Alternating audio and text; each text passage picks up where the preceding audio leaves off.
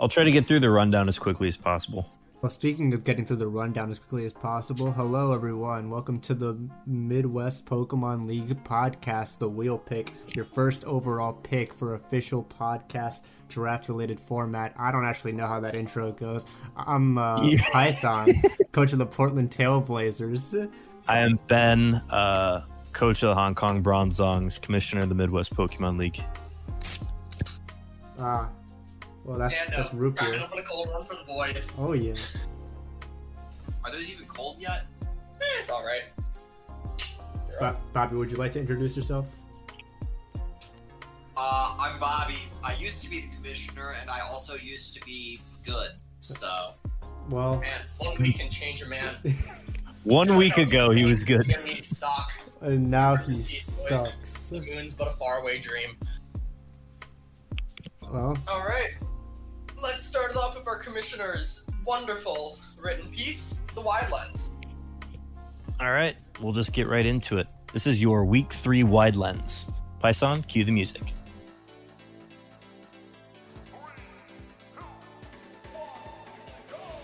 Bog versus the Sharpedos happened very early in the week, and for Quinn Shaper, in hindsight, was an ill-advised match. Turn 1 is a pair of U-turns that brings the Pelipper in to set the rain. Nando follows it up with a setting of electric terrain. Garchomp comes in to make its move. It begins stacking scale shots, which is able to take out the Pelipper. However, the Gothitelle traps it and takes it out with a hidden power ice. The newly acquired Porygon Z is able to revenge kill and also take out the Scizor, but was never able to hold back enough pressure to safely set up a substitute. But ultimately, the electric terrain was too much for the Bog. Regieleki made quick work of the Porygon Z and the Victini, and had to settle for a 2-hit on the Rotom Wash. Quinn attempted a late-game Z Celebrate with Umbreon, but a Memento from Pinkerton quashed the plot. Tornadus T cleaned up in the end, and Nando and the Sharpedos got a nice vacation, sitting at 3-0 at the top of the Villains Conference. The Trailblazers versus the Bay Haluchas didn't waste any time in the beginning. Mega Aerodactyl and Nidoqueen both deal heavy damage to each other, but Mega Arrow lands the kill. Piston takes advantage of the low health and picks up the easy kill to put his Greninja into Battle Bond form. Tangrowth was masterful in tanking hits while getting massive damage with knockoff. Back and forth they switched out, Ash Greninja taking out Whittled Mons while Tangrowth came in to tank its checks. Latias did grab a kill on the recently acquired Morpeko, but only opened the door for Greninja to pick up another kill. After the rinse and repeat, Hitmonchan stayed in on the Latias to pick up its second kill and chunk enough health off the Barraskewda for Greninja to sweep with its shurikens. It may have not lived the Coco, but Metagross came in to close it out with a Bullet Punch. It's a 2-0 for Piranha and the Trailblazers, as they also coast to 3-0. This one was a classic matchup between the Bronzongs and the Lake Spirits. Mega Gardevoir and Rillaboom were huge threats early. With the Blacephalon switching in on the Rillaboom, Tickle went to the hard counter Tyranitar. Now this is an Adamant, Max Attack, Max Spadef, Assault Vest Tyranitar, and it doesn't take jack shit from anything in this match. It takes the burn from Blacephalon and then tanks a grassy terrain boosted Bloom Doom from the Blacephalon while still dealing near half with the pursuit. But he opts to switch and brings the Dracozold's health down. On a double out from both sides, in comes the Stantler.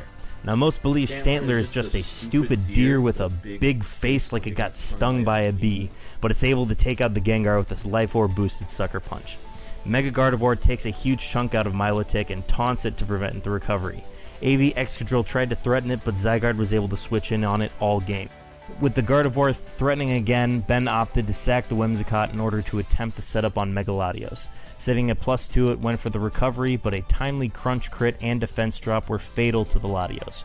With no option, Latios trades with the T-Tar, putting an end to the sweep attempt. Ultimately, the Bronzongs lost too many pieces, and the Scarf Rillaboom was able to prevent anything from getting out of hand, as Mega Gardevoir cleaned up. A 3-0 win for the Los Angeles Lake Spirits was much more dominant than what the KD says. Here's a highly anticipated match between two undefeated teams, the Wisconsin Weaviles taking on the Denver Darkrais. Alex made predict after predict in this match. Grassnot takes out the Gastrodon and Rhyperior takes out the Mega Altaria.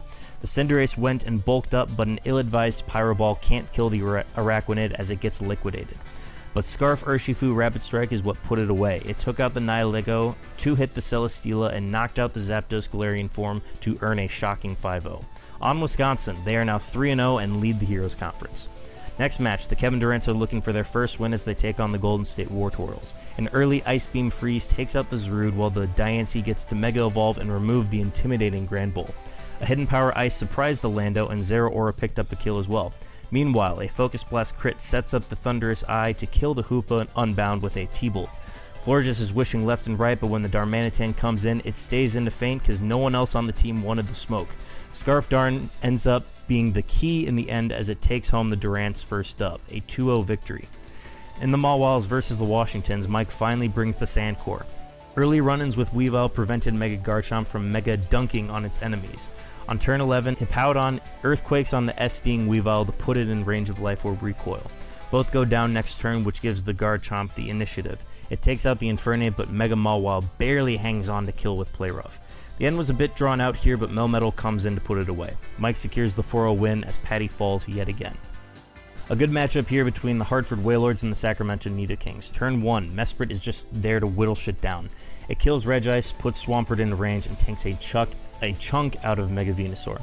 Volcanion defogs to do away with rocks while it dies to Urshifu.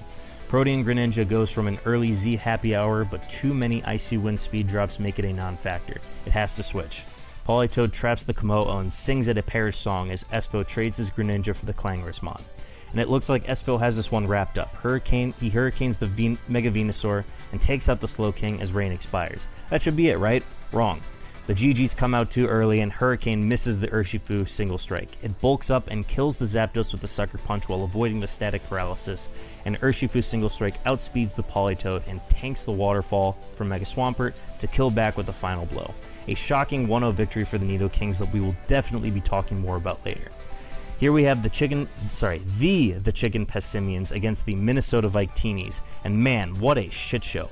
Megacon picks up the early kill on Mega Aggron. Jasper gives up the Dust Noir to the Landorus Eye, and here emerges the cancerous Regenerator Core, Reuniclus and Toxapex. The two eat away at several turns before Swan finally begins stacking Calm Minds on the Lando, but a well-timed crit Shadow Ball puts it in range for Minior to go shields down and outspeed. Swan switches with the Lando staying at 4%. After another round of regenerating, Necrozma attempts a setup behind screens. Megacon just refuses to Seismic Toss, but instead clicks Return, and actually procs its weakness policy with a weak Sucker Punch. Down goes Megacon, down goes Volcarona. The Reuniclus lives the sword power and kills as we now watch and see the Regenerators slowly pick off the remaining Victinis. The Reuniclus goes down to the Grimmsnarl, and with the Toxapex now paralyzed, it rotated between full para and baneful bunkers for way too many turns. The Grimmsnarl finally went down, so now the fish was all that was left. But with all of his baneful bunkers gone and a few more full paras, Dracovish Psychic Fanged its way to a victory that felt like a defeat more than anything. In a post-match interview, Swan was quoted in saying, "I just want to drink and forget I played that." A disappointed 1-0 for the Victinis. Alright, it's the belt match between Henry and Ethan. Look, here's what happened. Ethan did Ethan things with Alolan Muck, and Henry ran his hair across into it a bunch of times until it just died. But Ethan forgot to bring a good attacking move on the Muck, and Henry was able to set up with the Croc. Gator go Burr, and the 5-0 victory goes to Bird. Ethan's getting used to the belt at this point, and he remains winless. The betting line was set at +2 for the villains this week, but the heroes took 5 out of 9. The heroes have 15 wins with a +7 differential, while the villains trail with 12 wins. And that is your Week 3 Wide Lens. There's a reason why I started off this week with cracking open a cold one, because the heroes fucking sucked yet again. And we really do need something to try and get us through this. Thankfully, we have me. You But mean we'll the get to me villains at the end of the video. Don't you mean the villain? Yeah. So, yeah. We had to get a second villain, just so you know, so Nando didn't feel too sad when he was talking about the woes of his team.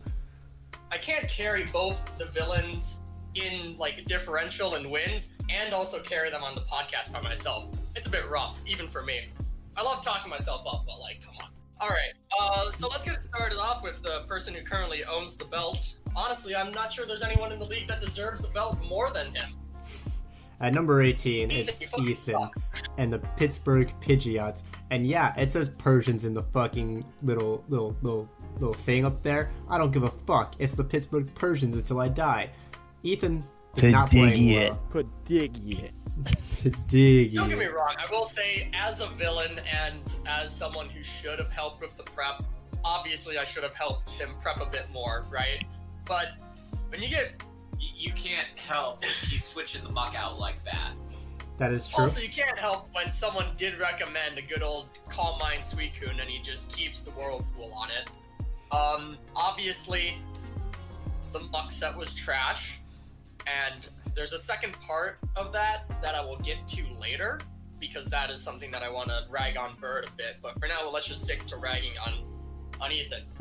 His team obviously didn't have anything for anything. It's weird when you play stall, but you're playing completely proactively because you're a setup stall player.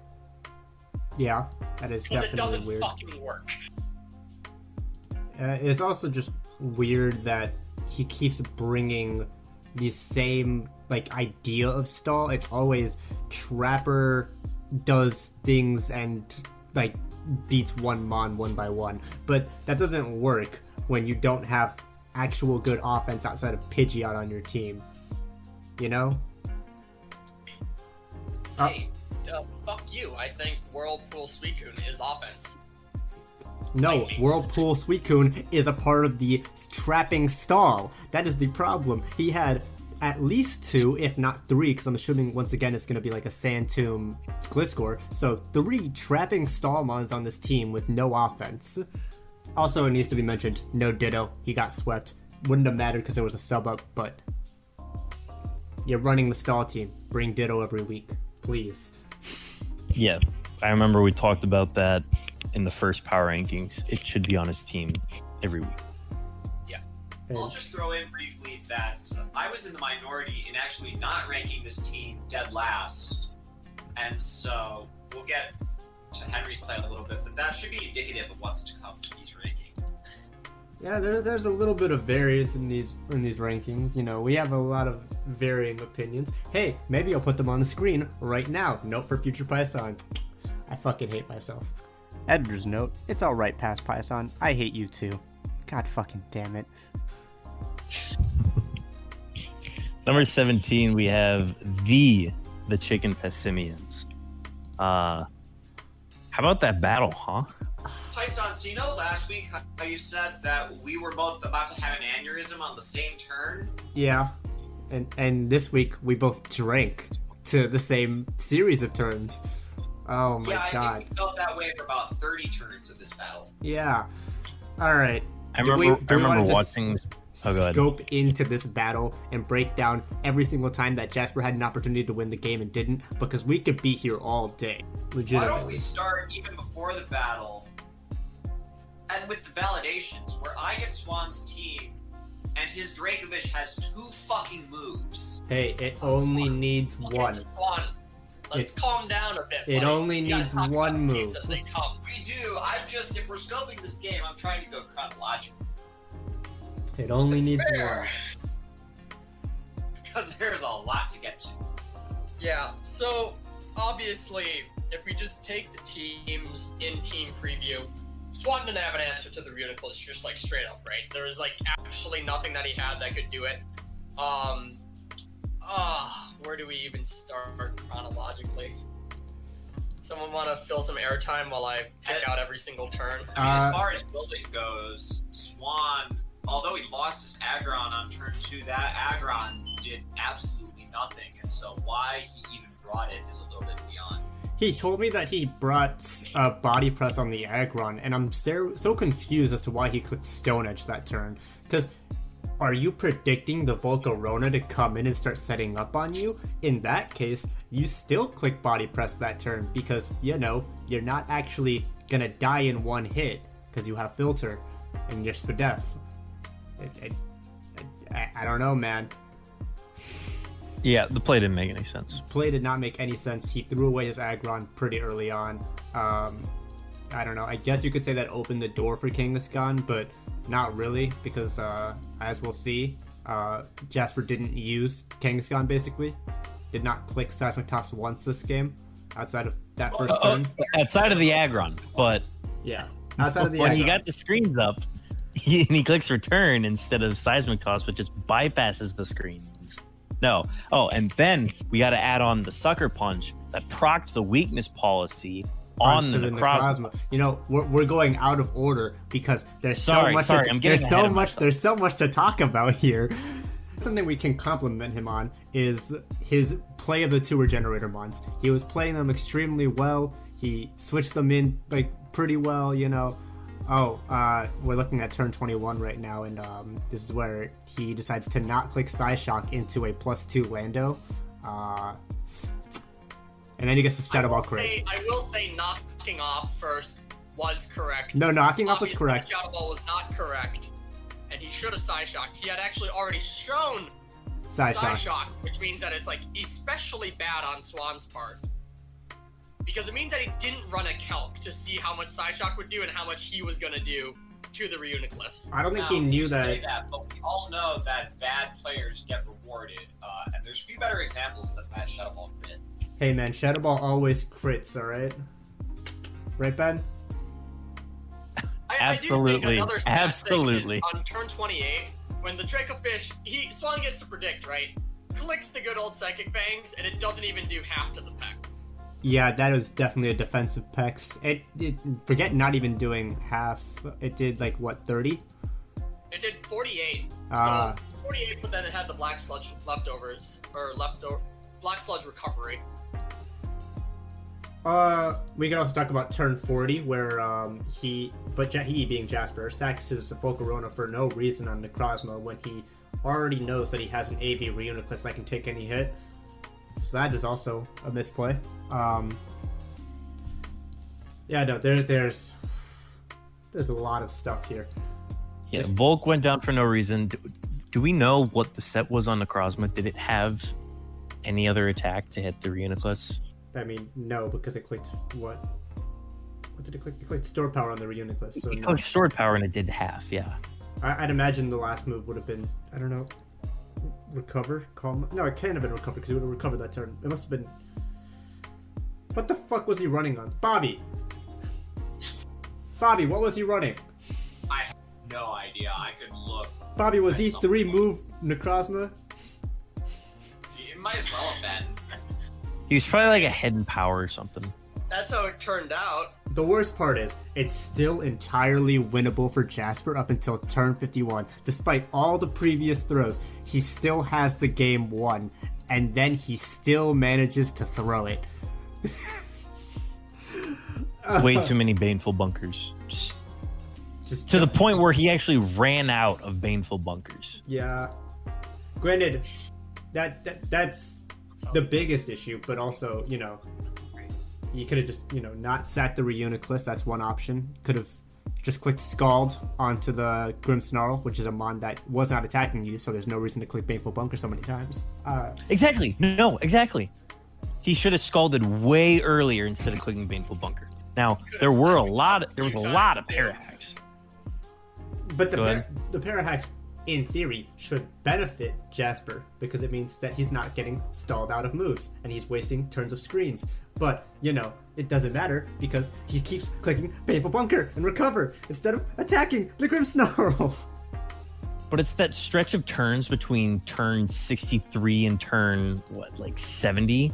That 73. Toxapex gets all the way down to like 8% health, Yeah. and then it recovers twice. Yeah. This is such a rough game.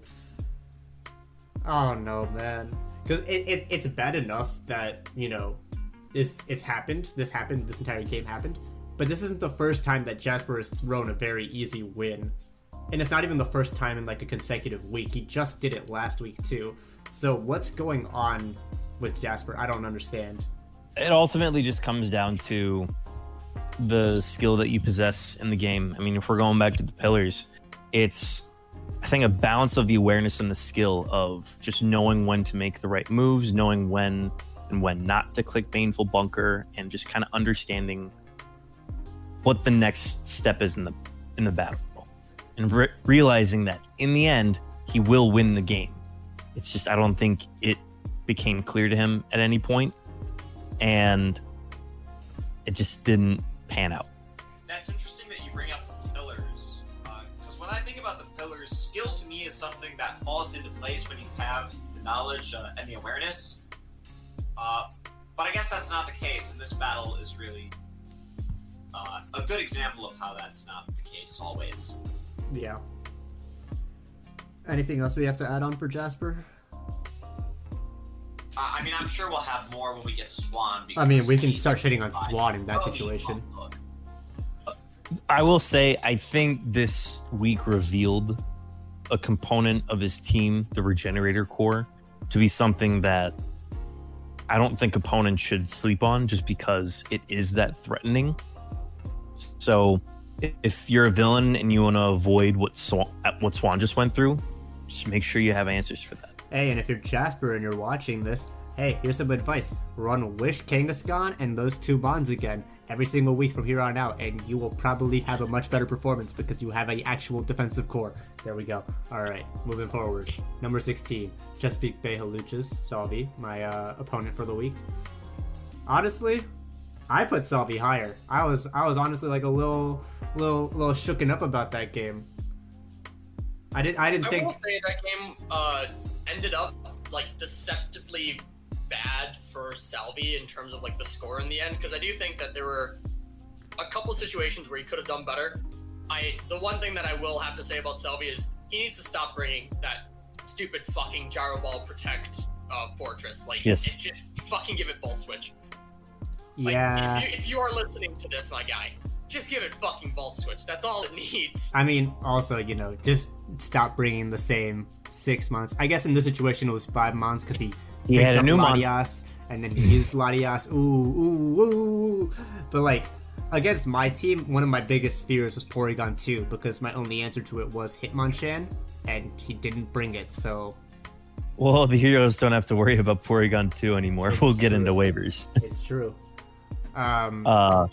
Yeah, I don't know. I never felt as though the game was out of my control because I did have the priority in the back, but ultimately I did feel like Salvi did a good job of like playing the match out with the tools that he did bring to the table. I just think next time, don't bring dull tools to the table. Bring actual good shit, and you'll perform a lot better. Yeah, and I think you guys kind of hit it on the head when you mentioned last week how important the draft is. Even if Salvi's playing well, like I think he played a lot better than he has the previous weeks against Pison. His team is still a couple waivers away from being really as threatening as some of the other ones he's going to be facing. Yeah. Yep. Time will tell. Yeah. Also, just side note. I don't know what the fuck that Latias spread was, but I think that he actually did some calcs on that because shouldn't have killed the Morpeko. So good on you for running calc Salvi. Like legitimately, Oh, not like even, an offensive variant? Yeah, it was offensive as shit, but like it was like also it was somewhat defensive, I think, because of the damage calcs that were happening with knockoffs. So I don't know. I was just very impressed by, I was impressed and surprised by it.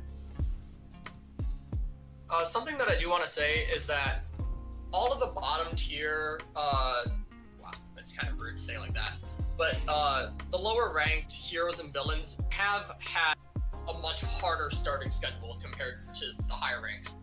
And their schedule is only going to get easier, but at the same time, it means that the people that are struggling right now are going to have to start playing one another.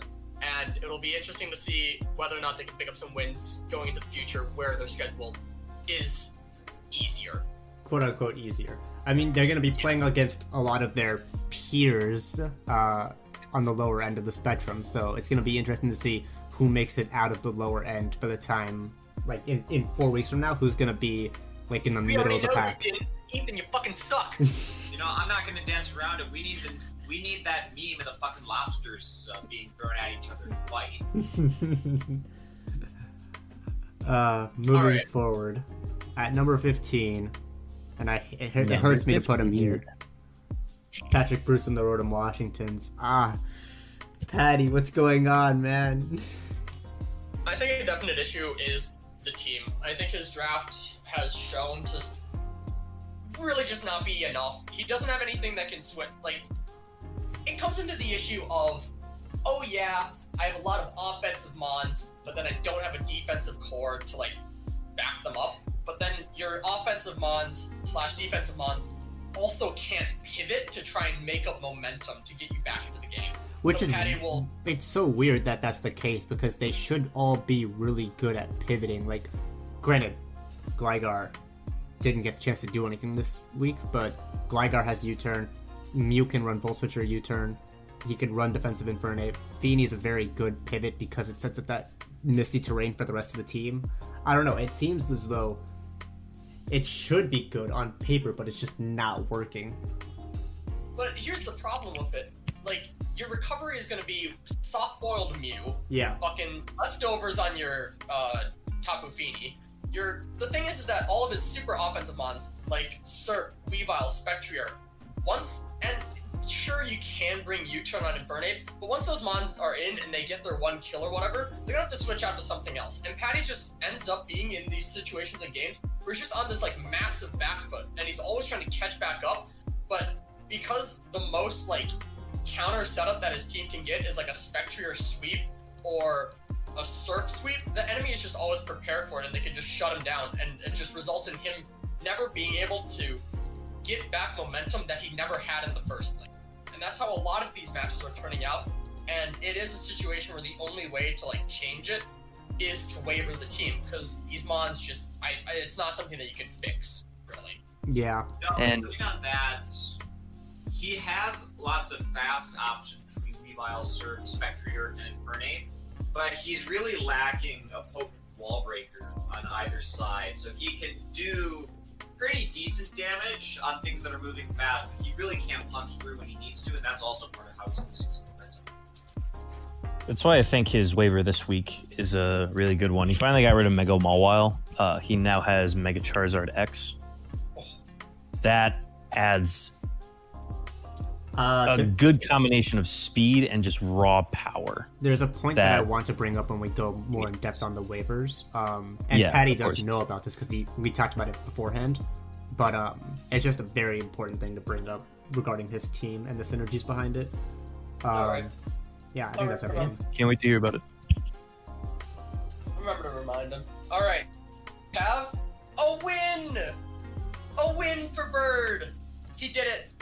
Not only did he do it, he avoided the bell. I'm not gonna let him have this for a hot second though. I'm gonna go off on the very fucking start. So at one point, the Muck had revealed Stockpile, Recycle, Mean Look, and Acid Spray. And you look at those 4 moves, right? And you're like, well, the only attacking move is a poison type move.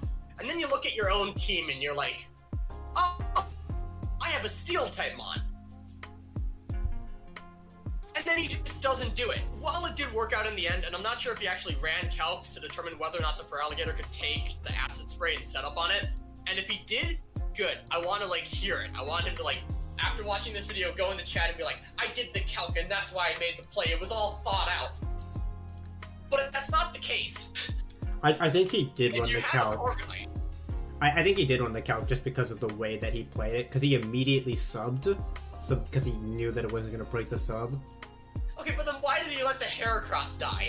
Because it was mean looked in. What do you mean? But then I don't think it was.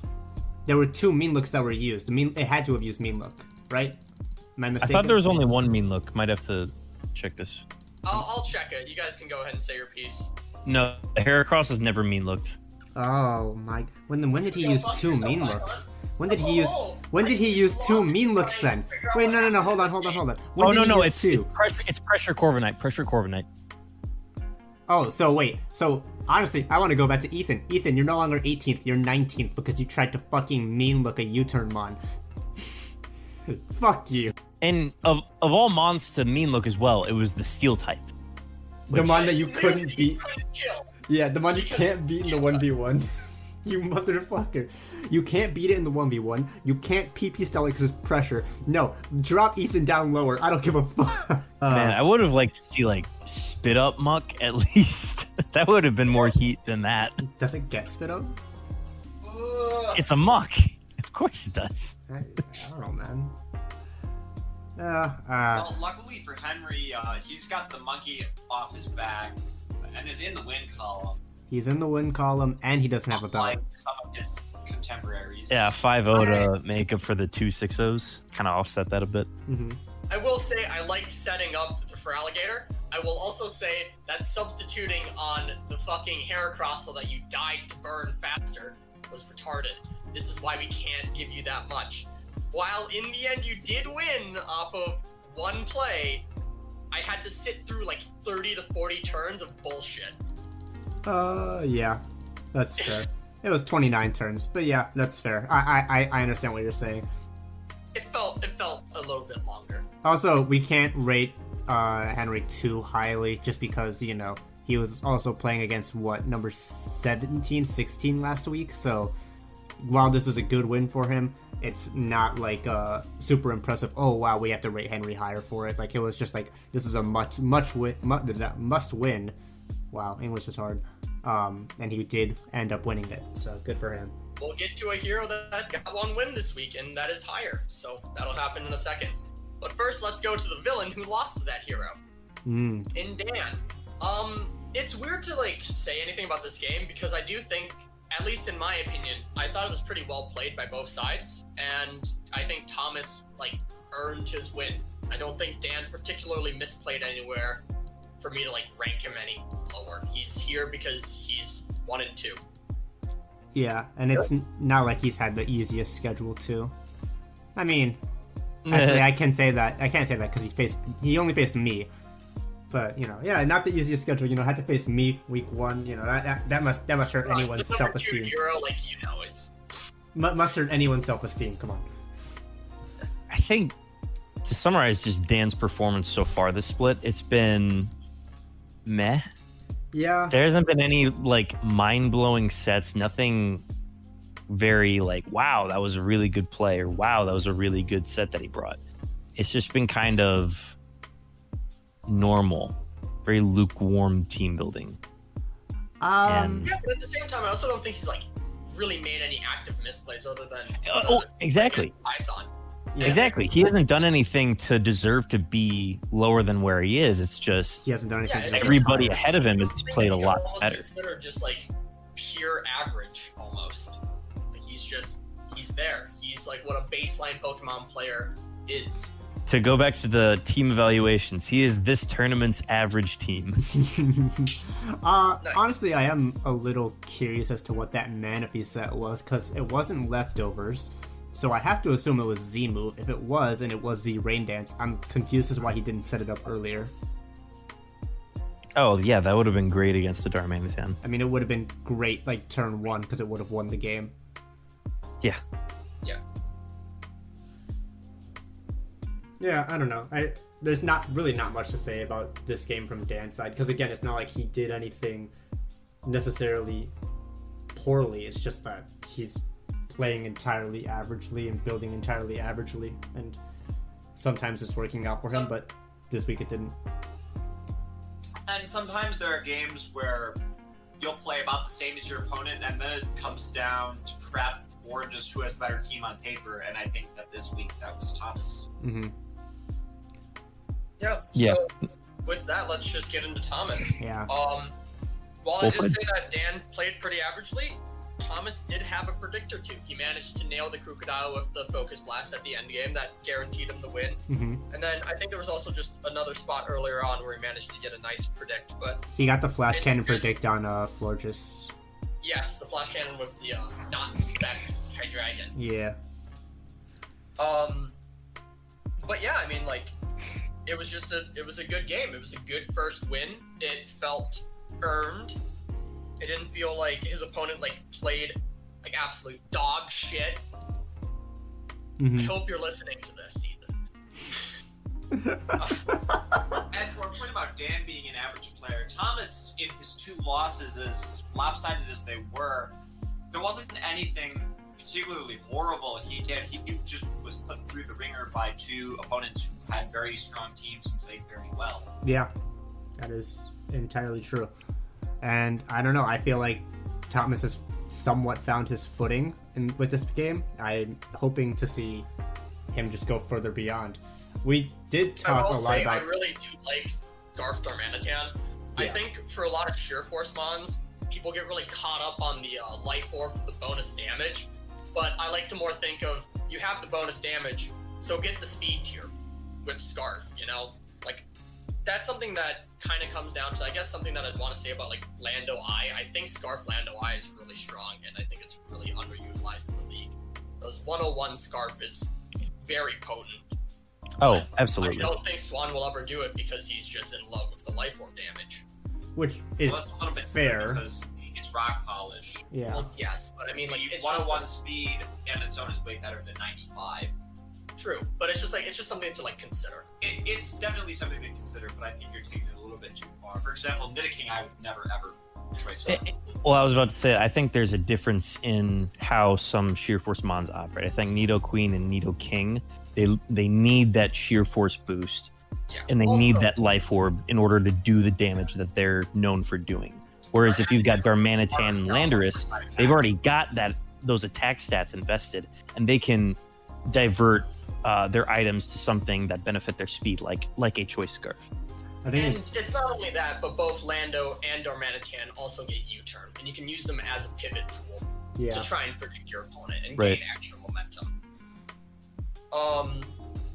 So with that,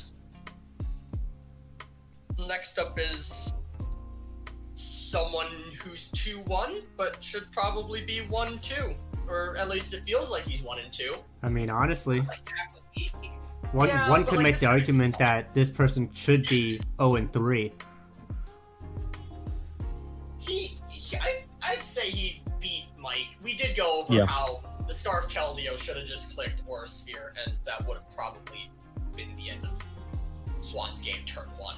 Yeah. But he won that game, but he didn't win against Jasper. He- Jasper lost against him. Yeah, no, that is exactly So- how I would put it. I would put Swan at a 1-1. Jasper And lost one. against Jasper. But like, so Swan isn't a 1-2. He's a 1-1-1 right now. In And I know the it's eyes of the already power ranked. rankings, yes, we'll go with that. In the eyes of objective truth. Again, what the fuck was the fourth move in that Necrozma? I need to know. I'm so confused. Don't worry, well, I'll get it to you and you can do one of your editor's note things. No, I'm not gonna. Actually, yeah, I will. It'll be nice. It'll be plastered right there. Just be like Necrozma. Last Do you move, see it? There it like, is. That's the rock disclaimer. polish. Automized rock polish. That's what he had planned all along. Editor's note, Bobby did not get it to me. Fuck you. Big brain, big That'd brain. be like. Was there anything else that you wanted to go over on Swan's team and how, you know? The Dracovish having 2 moves was incredibly arrogant and short-sighted, and would have probably cost him would have cost him the game if he hadn't changed it at my suggestion. Well, was it just Psychic Fangs and Useless. He It was had adding absolutely on. no answer for the Regenerator core. He wasn't even ready or expecting the Regenerator. Hmm. It was adding on to outrage. Honestly, As the third- I don't like the Grimmsnarl bring this week. I understand why he brought it. He wants to do the little setup dance, haha, haha. But like, come on, Swan, you have Buzzwole to counter the Mega Kangaskhan. You have Mimikyu to also counter the Mega Kangaskhan, but just to stop sweeps from happening. You have what's his name, Swellow, to give you like pivots and like a massive damage with the guts boosted facades. I don't know. There's a lot of options on this team, and Swan's not using any of them. Well, Jasper has shown that he doesn't like clicking Seismic Toss. Setting up screens on a Mega Kangaskhan who can click Seismic Toss is It's a throw. very, very short-sighted. Yeah. especially with Seismic Toss already being revealed in the first few turns? Yeah. Yep. Oh my god. Hey, how does it feel for the heroes #1 to be 1-2? Couldn't be the villains #1. High five me, Bobby. Have They it, need to hear it. Come on. It needs to be loud enough for the mic. Boom. Anyway. Close enough. wait, was that our transition into number 8? Because Yes. Yeah, we're not giving Swan any more airtime. Oh wait, well, fuck, I yeah, skipped one. yeah. So that's the problem, Oh right? shit. Oh no. My bad. Mike, you're still good. Ah, it hurts. I'm retarded. If it's Quinn, I'm being toxic. If it's Mike, oh Mike, you're good. Don't worry about it. Yeah, no, I'm fine with being. Mike. You brought sand. Mike did bring sand. No, Mike is. Mike's 2-1. Mike's 2-1. Nice. Yeah. Good job, Mike. And Mike could have been 3-0 if he played a little bit better against Swan. Yeah. I don't know. True. I'm liking how Mike's building this week. If you guys agree with that. Yeah, I like that Melmetal got to do more in this game. Mm-hmm. It shows that he's definitely being cognizant of what we're saying, right? Because like I know that he does listen to these and like he takes notes on what he can do better. So at the very least, he's trying to actively improve his gameplay week by week. No, and I think even season by season, Mike's been improving. So it's a long con and it's working. Yeah, for sure. Yeah. I will say Mike took absolute advantage of Patty's team here, and once he got the head start with the Melmetal and the Garchomp, he just kept it till the end, and he didn't make a single mistake, and he kept the pressure up, and that's good play. Mm-hmm. When you don't need to make a predict, you don't predict. Who cares? Yeah. If there is one thing that I do find interesting, it's not even a misplay on his part, it's just like I find it super interesting. It's that I think Mike's team had like the best counter to Spectrier with the Mandibuzz, and obviously he thought about that. He brought the special defensive Mandibuzz to guarantee Spectrier will never beat him. But then when you see that your opponent doesn't have Spectrier, do you really need that Mandibuzz to stay alive? I don't know. I feel like he could have potentially made that as sack fodder earlier in the game as opposed to sacking the Mega Garchomp to Mawile. Granted, I'm sure he ran the calc and saw that Earthquake had a chance to kill and then got the low roll, but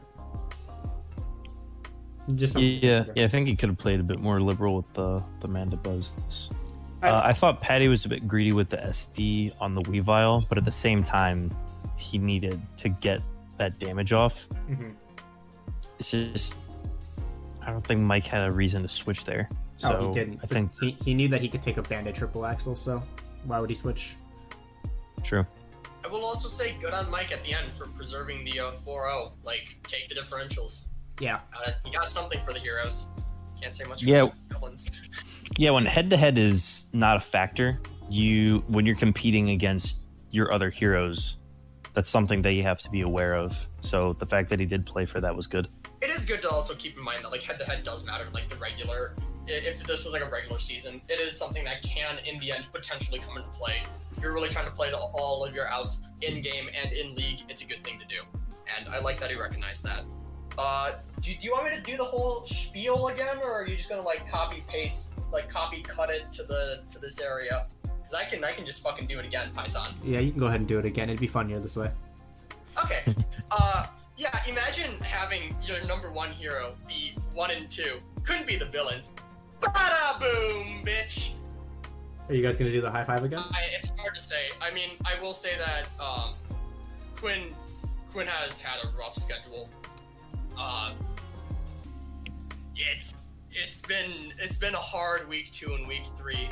I will say that there were a lot of times during the game against Quinn that I could have lost, and he played extremely well. And it's why, even though he's 1 and 2, he is ranked still middle of the pack and above a couple people that have a win over him. If there I is, don't think these early matches define his team directly. I think there's still a lot of room to improve and get back up to the tier 1 that he's touted to be.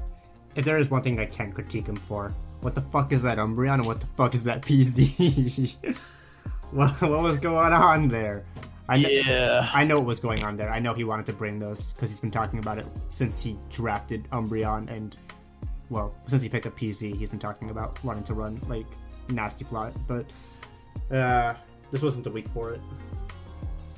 I would rather see the Z move on the PZ instead of on I the think Umbreon. the PZ waiver really hurts him. Just because with that and Bikini now, he has a couple different bonds for which using a Z move is rather integral to the bond. I don't think. Granted, there's a lot of other sets you can run in Bikini, whether or not any of them are quite as potent as the Celebrate set. I'd say Banded Scarf are still top 2 sets on Victini just because people have to be prepared for the Z Celebrate. They bring Spadef Mons and then they get blown back by a V Create. You can't underestimate that power. It's too much versatility for one Mon, right? That's really good. What I will say about PZ is that I feel as though bringing Scarf sets and Spec sets on it are genuinely worse than just bringing the Z Happy Hour. What is that? Z conversion. Yeah. Because the Z conversion puts you in a situation where not only do you suddenly gain a massive offensive potential with it and a defensive potential, but it's multiplied by the fact that your type changes, and it can set up a bunch of situations where your opponent just suddenly isn't able to kill you, even with a Mon that should normally have been able to kill it if it was still a normal type. And when it's paired with Adept ability, it's doing a lot of damage with something that isn't a normal type move. Yep, you can pick and choose what your opponent's weaknesses are and prep for it, and it's a super dangerous Mon. Well, let me go back to when we had the Victini and talking about it being scarfed or banded, because this is something that I want to talk about in like a mini scope lens format. Just the turn one of the game when I had my Scizor in against his Victini, and this is a situation where we can also go over it when it comes to a couple other games, where it's just like a hard predict and trying to determine what the difference is between a predict is and a misplay is. And obviously that always turns out to be, that's a very results-oriented thing when people are judging if someone misplayed or if they made a predict. It's a slippery slope. Whether or slope. not it worked out. Yeah. Right? Yeah. We'll save one part of it for later of a failure of that. But when it comes to this, it's me clicking U-turn turn one on the Victini. In my mind, I had assumed that he was Celebrate or he was clicking U-turn if he was a Scarf set. Now, what would have happened if he just, killed me with V-Create or Shearing Shot? Is that a misplay or is it a predict? And I'd want to get you gentlemen's opinions on that first. So it's a very slippery slope, obviously, right? Because, we're playing an entirely different game of a 5v6 as opposed to a 6v6 when we talk about a situation like this. Now, in the situation where obviously you misplay, you mispredict, and then he just V-creates you outright or Searing Shots you outright, I just have to assume that you have an out to play too, otherwise you wouldn't make that fucking play. Because that's a stupid ass play. Gonna keep it real with you. I don't understand why the fuck you decided to stay in there. It's a stupid ass play. Again, my reasoning was that he was gonna Celebrate or U-turn. I recognized that there was a chance of him killing me there, but I would say like a 90-10 guess. I assumed that there was a 90% chance that he was either going to U-turn or Celebrate on that turn. It worked out for you, and I can't fault you if it works out. However, I think that in just the general broad scope, this is a very bad situation on both ends, because Quinn should have taken the opportunity to attack you. The fact that you can make a play based on how you think Quinn will act and Quinn follows that, I guess it says more about your ability to read people than Quinn's ability to play Mons, but yeah, it's rough. Quinn had his own, because in Quinn's mind, he had his own reasoning of why I would lead the Scizor and what could have potentially happened there, being I'm Sash and I just knock off his Scarf Victini and he just loses it. So in his head, that's a scenario that exists, right? Yeah. So if he is predicting that to occur, is what he made a misplay? Or is it a predict to try and chip the Scarf off? I think it's still a misplay. Or to get the Sash off? I think it's still a misplay because, this is what happens. You are mind gaming yourself into, if they have this, then I lose this, and then I lose this, and then I'm in a harder spot to play. You are literally playing out an entirely different game because you're trying to, predict what your opponent's bringing. That only works if it's a standard set. If you're predicting a standard, oh yeah, it's Ban Scizor, so I want to, be in a position where I don't lose to Bullet Punch. That's a situation where that play works out. If you're trying to predict, he's Focus Sash lead Scizor to knock off my Victini, you're playing with 7 different, things going on. It's never gonna work out for you. Ben, I'd like to hear your thoughts on this, by the way, because we're kind of just going back and forth. Well, I'm looking at the matchup just to see, like, would losing the Scizor be something that would hurt Nando? And ultimately, I think the other 5 Mons on his team were enough to deal with the threats on Quinn's team. At the same time, I don't understand what you gain from clicking the U-turn and staying in with the Scizor. So, Literally just good old-fashioned momentum. But is that one turn of momentum necessary when it means losing a Mon turn 1? That ended up actually being very integral in taking out the PZ that was trying to set up a substitute, right? Yeah. I think another piece of the equation, too, is the fact that Scizor, while it could gain some momentum, it's not going to kill the Victini. And so that's something where I think it would have behooved Quinn to play a lot more conservatively and just to attack what's in front of him. Because he doesn't face nearly as much downside risk from that as Nando does. It's not a situation where if you guess wrong, you're going to lose a Mon. Whereas if Nando had guessed wrong, he would have lost his Scizor. Mm-hmm. Yeah, but it is a good topic to talk about. Is this that's a mind-blowing play because it worked, or should it be recognized as a misplay? Misplay, yes. So I think it's a good thing to talk about, especially with the situation. It is something that I want people to kind of keep in mind when they start discussing whether or not other players have made a misplay or predict, or really just misplays, because you want to try to take into account everything that's in the game when the player makes the decision, right? And whether or not in the moment it was a correct play and not be results oriented to a degree. After thinking about it and after what everyone has said, I do believe that it was a misplay. But in the moment, I just thought that there was no way he was going to do it. And I don't know, and the problem with me just saying that is that I have no basis for that decision, correct? I have no reason for saying, oh yeah, there's no way he was going to click B create because, I switch in the Pelipper and it takes, 30% from it? But that doesn't hurt him anything. He's just going to switch into Rotom as I U-turn out, and I still don't gain that much momentum. So, me thinking that is, in my opinion now, incorrect. And it's something that I believe is really hard to really determine if it's a correct play or incorrect play when it comes to something that is so just guess-based work. And well, I don't think the importance of a gut feeling or a hunch should be downplayed in the logic and strategy when it comes to playing in battles. I think that gut feeling is something that it comes to you based on who you're playing in the certain situation.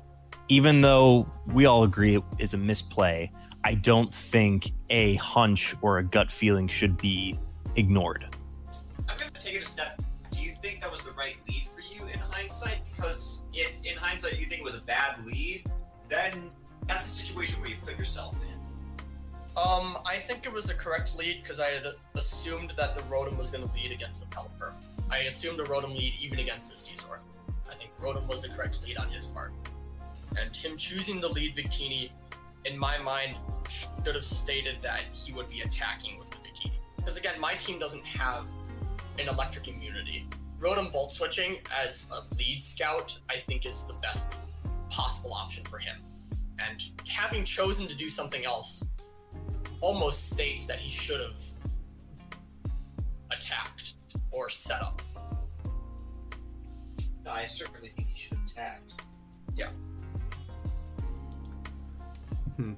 So we can agree there. Sure, so let's get back into some other parts of this game specifically. The Umbreon set I think was very iffy. It was trying to win. Something that was good on his part was the Banded Garchomp.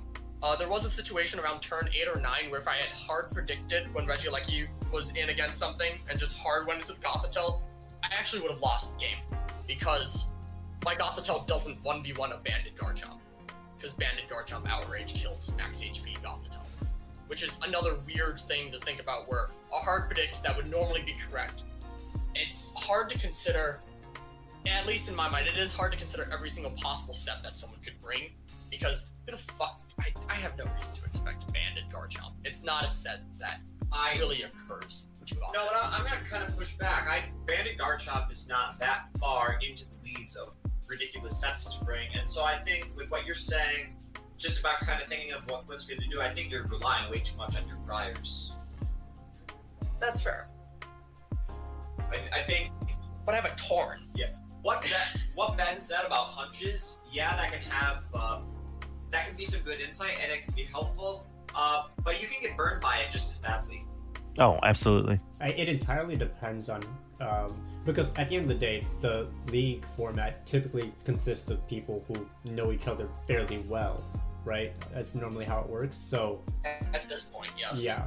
Especially our league, which has been together for 5 years, and we've been friends before that. So, we kind of have an idea of how everyone plays, everyone builds. Granted, again, Band Garchomp, I wouldn't have seen that coming from Quinn. I don't berate Nando for not seeing it coming either, because it's very out of left field.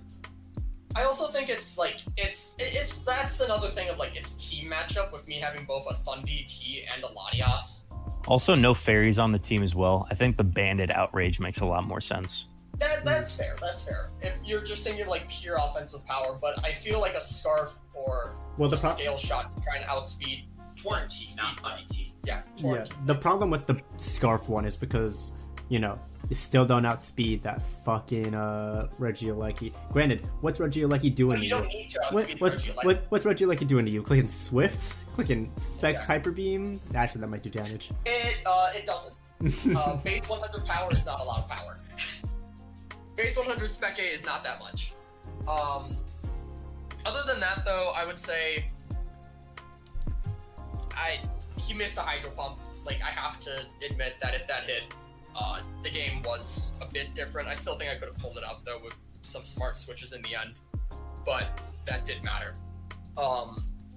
He wasn't prepared for the Fight EMZ Nasty Blot Thundi, because he assumed that there was nothing on my team that could actually break the Umbreon. At that point, he also, didn't think about how much the Regieleki Kelks occurred. And Tyler, if you're listening to this game, Rising Voltage doesn't do double damage on mons that are not touching the ground. So, sadly enough, you can't OHKO a regular fucking Zapdos. Shoot me. You sent me some of the calcs before that game, and I had to do a double take on some of them. Oh yeah, one-shotting Blissey and one-shotting Umbreon. Yeah, I saw 56.3%, and I thought for a second that was the max damage, and I realized, no, that's the chance to OHKO. A max defense, a max HP, max Specty, plus Specty nature Umbreon. Yeah. 252 calm, you still fucking OHKO. Yeah. Alright, I think that's about that for Quinn. He's played well into rough matchups, and I fully expect Quinn to steamroll some of the lower tiered players.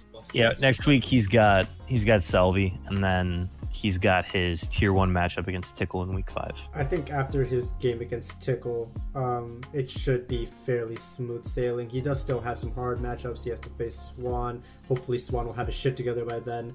He also face Cal and then Dan, but Quinn's a very methodical team builder and battler, so I don't know. I think that now that he's gotten some of the most chaotic people in the league out of his schedule, I don't think there's no match that he can necessarily sleep on. Yeah, he's just gotta play well. Still has to play well. Obviously, there's never a game that you can not play well, as we almost saw with Swan.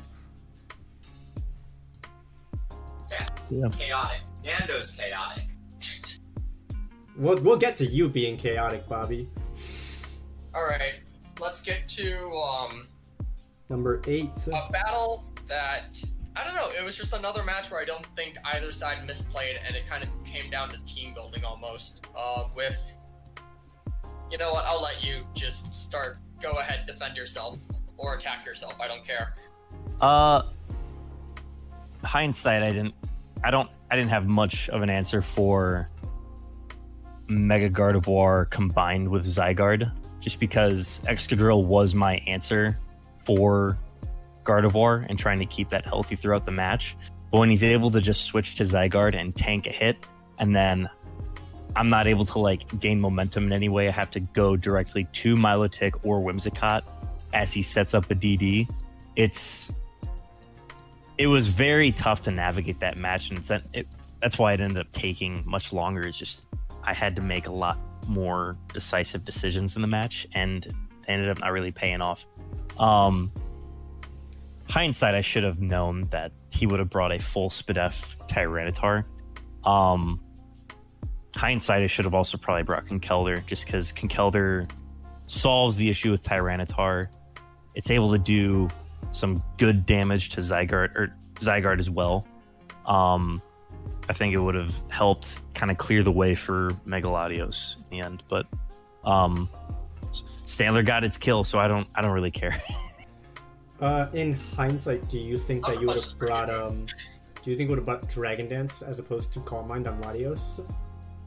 Hindsight, yes, because I found out the Rillaboom was Scarf. I had been prepping for Banded the entire week, and then when he pulled out Scarf, I realized I had nothing that could outspeed.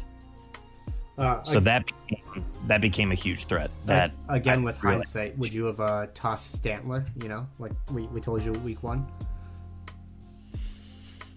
Hindsight. Stantler, Ben. Here's the thing: if Stantler didn't really work this week against Tickle with the Rillaboom, it's not. It's doomed. It's done. Well, what it did is it forced Rillaboom to click other moves than grass moves. Oh, yeah, and like U-turns to gain momentum. Of course, my bad. But that's the thing. If Stantler isn't there, he can just click grass moves the entire game. But instead, he had to click other moves as well. So Stantler still achieved its purpose. Ben Stantler? Toxic. Look, you're not facing Tickle again, at least until playoffs. No value. No Championship. Oh, here you go. So right. it's time for you to drop Stantler. And hey, Tauros is still on the board. It's an NU normal type that is actually going to give you value. Dude, can you believe that Pison just watched the newest Blunder video on the Tauros? That's crazy. Is there a new Stantler is strong. I will never give up on my boy. I will prove you all wrong. Oh, so there was one set that I was actually looking up with the Stantler. I was thinking that Last Resort was able to function if it was just the only move on the set, but I realized the Last Resort being the only move is a set that you can only run on the Kamala because it gets Sleep Talk. And so I was thinking, oh, well, I'll just bring Last Resort Stantler, Scarf it or something, or Bandit, and I'll bring it to matches. And then I realized that I couldn't do that. So now I'm a little upset and I might actually have to make a waiver. I drafted Stantler, a normal type mon, because he got Last Resort. It gets 3 amazing abilities. One mon that I would go to. All right. I'll do some shopping around, and if I find something that I like, then I'll make the transition. Next up, we have a win that occurred because Bobby did the math. 79% chance, right? Yep. 79% chance for Kelvin to win this game. I will say, For Calvin to lose this game. or yes, for him to lose this game, he got the 21% chance to win. Obviously, I will say, good on him for clicking bulk up. He played to his out in the last chance scenario, and he didn't give up in that case. And that's good. It's good to do that. Yeah. I want people to realize that. Nando and I went really deep through the 3v3 endgame, and I was actually surprised. I would have guessed that Mega Swampert killed the Mega Venusaur, but it was about a 50-50 roll, and so in that case, Tyler actually did play that 3v3 as well as he could have, versus if he could have killed the Venusaur, he should have obviously just gone Swampert. But So did the Zeppelin not have another move that could get enough damage on the Urshifu? Oh, it did, but I mean, Hurricane guarantees the what kill. move would you even click? You'd have to click a move to try and get the Urshifu down to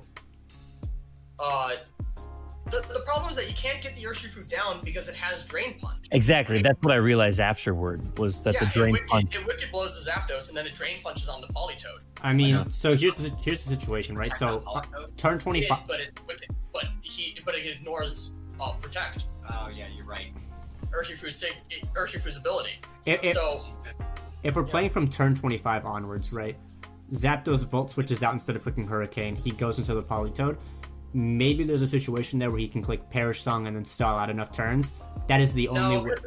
Because just with the one bulk up, he just kills the Politoed with a hard Wicked Blow. Right. Well, no, not necessarily, because we remember we did the math, and it was actually a roll for the Swampert to die For the Swampert to die. The Sucker Punch. But the Politoed would never get the Perish Song off. That's what, as a point to Pison's argument. The Wicked Blow, okay, that +1, Politoed? Politoed was at like 50%. Oh, okay. In the end. Yeah. So yeah. Perish Song never happens. It's not possible. True. Right. Perish Song does never happen. But then, I don't know. Because in that situation, you get the rain up, you go back into Zapdos. Yeah, you still die to the Sucker Punch guaranteed. But, Well, no, you don't even die to the Sucker Punch. You die... Well, yeah, that's the thing. You die to the Sucker Punch. Like, yeah. What do you do? I don't know. I don't know. I'm thinking about it now. I don't know how he plays that. It's a scenario where both players actually played optimally, despite it not really looking like it in real time. And it's super unfortunate that the game ended with that level of hacks. And I don't think Tyler really misplayed anywhere. The only thing that I would say would be the Rocky Helmet Volcanion, but that wasn't even punished by Cal because Cal didn't notice the Rocky Helmet chip, which is why he clicked Sucker Punch instead of Wicked Blow. If Cal clicks Wicked Blow there and rocks stay up for the entire game, I think that it's almost, I wouldn't say a guaranteed win for Cal, because the only situation that Mon gets set up is on the Hurricane Mist, right? It's such a weird...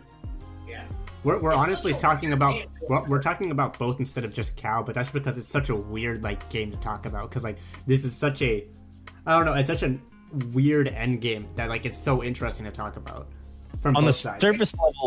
On the surface level, the Hurricane miss is just like, oh, he missed the Hurricane, that's it. But when deep into it, there's a lot more at stake when the Hurricane actually misses. Yeah. That sucks. So. It just sucks. It's part of the reason why I really dislike these moves that have 70% like 70 accuracy moves. Because like they're just so integral to an outcome of a game that you have to use them. And then I don't know, like what can you do? You can draft and build teams that don't require it. I mean, what flying types are you drafting that? Like I don't draft things that run. Well, you can do it. I don't draft things that run Hurricane. But the difference is in this situation is that the Zapdos is on a rain team. You're in such a hard spot where you're trying to play around those rain turns. That's part of the strategy of playing on a rain team is that you have to maximize your turns in the rain so that you can do things like boost your damage and get healing or speed and reduce your probabilities for Hurricane misses.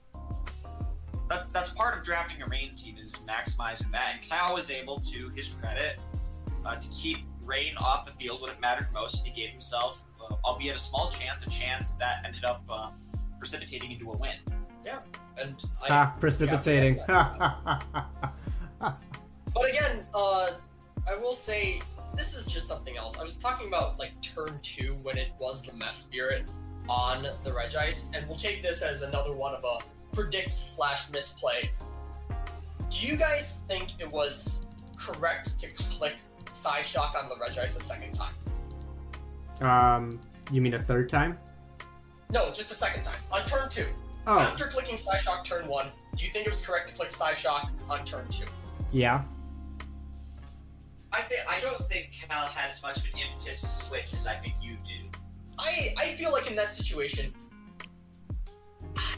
I think if you're Cal, I would almost switch into the Urshifu every time.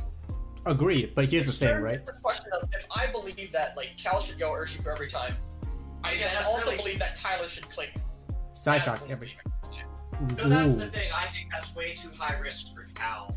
Cal knew that he needed the Urshifu to wipe basically half of that team, and so he's never going to risk that.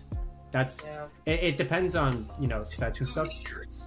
The main thing I feel is so if I'm in this situation on both sides, I'd still make the exact same play. I would still always Psyshock the Regice because, Regis at 53% and doesn't have any recovery moves, I'd assume my opponent is either going to, one, sack it, or two, go hard into the Urshifu, in which case, if it does go hard into the Here is Urshifu... that Tyler has nothing to switch into a Wicked Blow from an Urshifu. If I that was a mean- banded Urshifu, that 2 hits everything on Tyler's team in that situation, right? If that comes in on the Mesphere for free, on the Psyshock, Tyler's losing a mod, right? Tyler has nothing on his team to take an Urshifu. Did he get the rocks up or not? No, he hadn't gotten the rocks. He hadn't gotten the rocks. He I'm hadn't, talking like turn 2. Yeah, The Swampert situation hadn't. here is that Tyler, in my opinion, clicking Psyshock is too big of a risk, almost. Because your team has nothing designed for the Urshifu. I think he goes Volcanion against the Rocky. But the Volcanion still No, dies but in 2 that's turns. It's still getting 2 hit, though. No, it's getting 2. No, it took 45%. But that's not a banded Urshifu. That's not banded. It did 45 without a band. Yeah, with black glasses. It was black glasses, but that means with the choice band, it would do. Oh, we're talking about in the situation that it was banded. Yeah. Because that is the And I mean, situation that is kind of worst case situation scenario. where He wanted to scout and see what it was, too, and then play the game from there. Again, but like, Is that worth a mod? Maybe not. I'm not sure it's worth a mod and a half. Is it a mod and a half though? Because if he's going hard into Volcanion, then it's just Okay, but then what happens if the Volcanion dies? What does he go into then? He still doesn't have a switching because he doesn't have Rain up. he still goes Zapdos, doesn't he? Zapdos Wicked Blow kills. He'd have to play a Hurricane Miss game. Not if he's choice making it does. Because remember, it was black glasses and the +1 that killed it. But that was with Sucker Punch, not with Wicked Blow. Also, I thought that was No, that was with Sucker Punch because it moved fur. Right? Yeah, it had to sucker punch in order to kill the Zapdos. So semi-base power with +1 and the black glasses could be a little bit weaker than 80 with the. Crit. It's 120. 120 doesn't make up for the black glasses. So even then, the Zapdos can't switch in. It'd be a Hurricane Miss game. Well, wasn't Zapdos faster? Zapdos is faster. That's what I mean. It's a Hurricane game. No, that's what I'm saying. It's a Hurricane game, and Cal's not going to lose that Hurricane.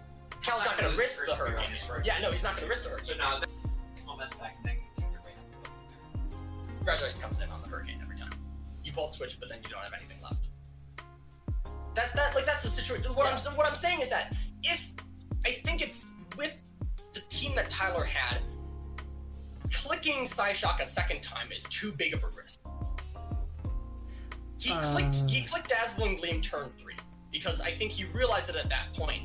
But that's something that you have to consider, especially when you've built a team like that. And obviously, you can say, "Oh, don't build your team so that you lose to whatever." It's hard to do that All against argument is Urshifu. valid. You also have to take into consideration of when you're in the game, you're already in the you're locked in, right? Yeah, And you have to play around that. And I think that clicking Psyshock isn't playing around that. Yeah. And it's hard to say. Again, that's like, what the fuck? Like, can I call that a misplay for clicking Psyshock turn 2 and getting extra damage on the Regice? Like, you can't call that a fucking misplay. I think if you look at the battle at large, yeah, you could maybe call it a misplay, but I think the way that Espo played it was essentially just the lead. And it did what it needed to do by getting the chip on the Swampert, getting... Yeah, it's hard. I think when you really start deep diving on like Pokemon games, there's just so many possible like routes that every game can take, you know? Yeah, Ah, that's I'm why... sorry. Yeah, I sidetracked us. Is there anything else that you guys want to say about Cal's win No. or his placement here? I can say that I placed Cal a lot higher because the way that I think about rankings is more akin to like doing like scaling arguments where like, oh, if blank beats blank, then blank beats blank, something like that. In which case, Cal beating Tyler should put him above Tyler. Obviously, we don't agree on that. We'll get to Tyler in a bit. And by a bit, I mean like a little bit. But, yeah, that's all Well, I it's the have to same say. motivation for why we have Mike over Swan in the rankings. Yeah.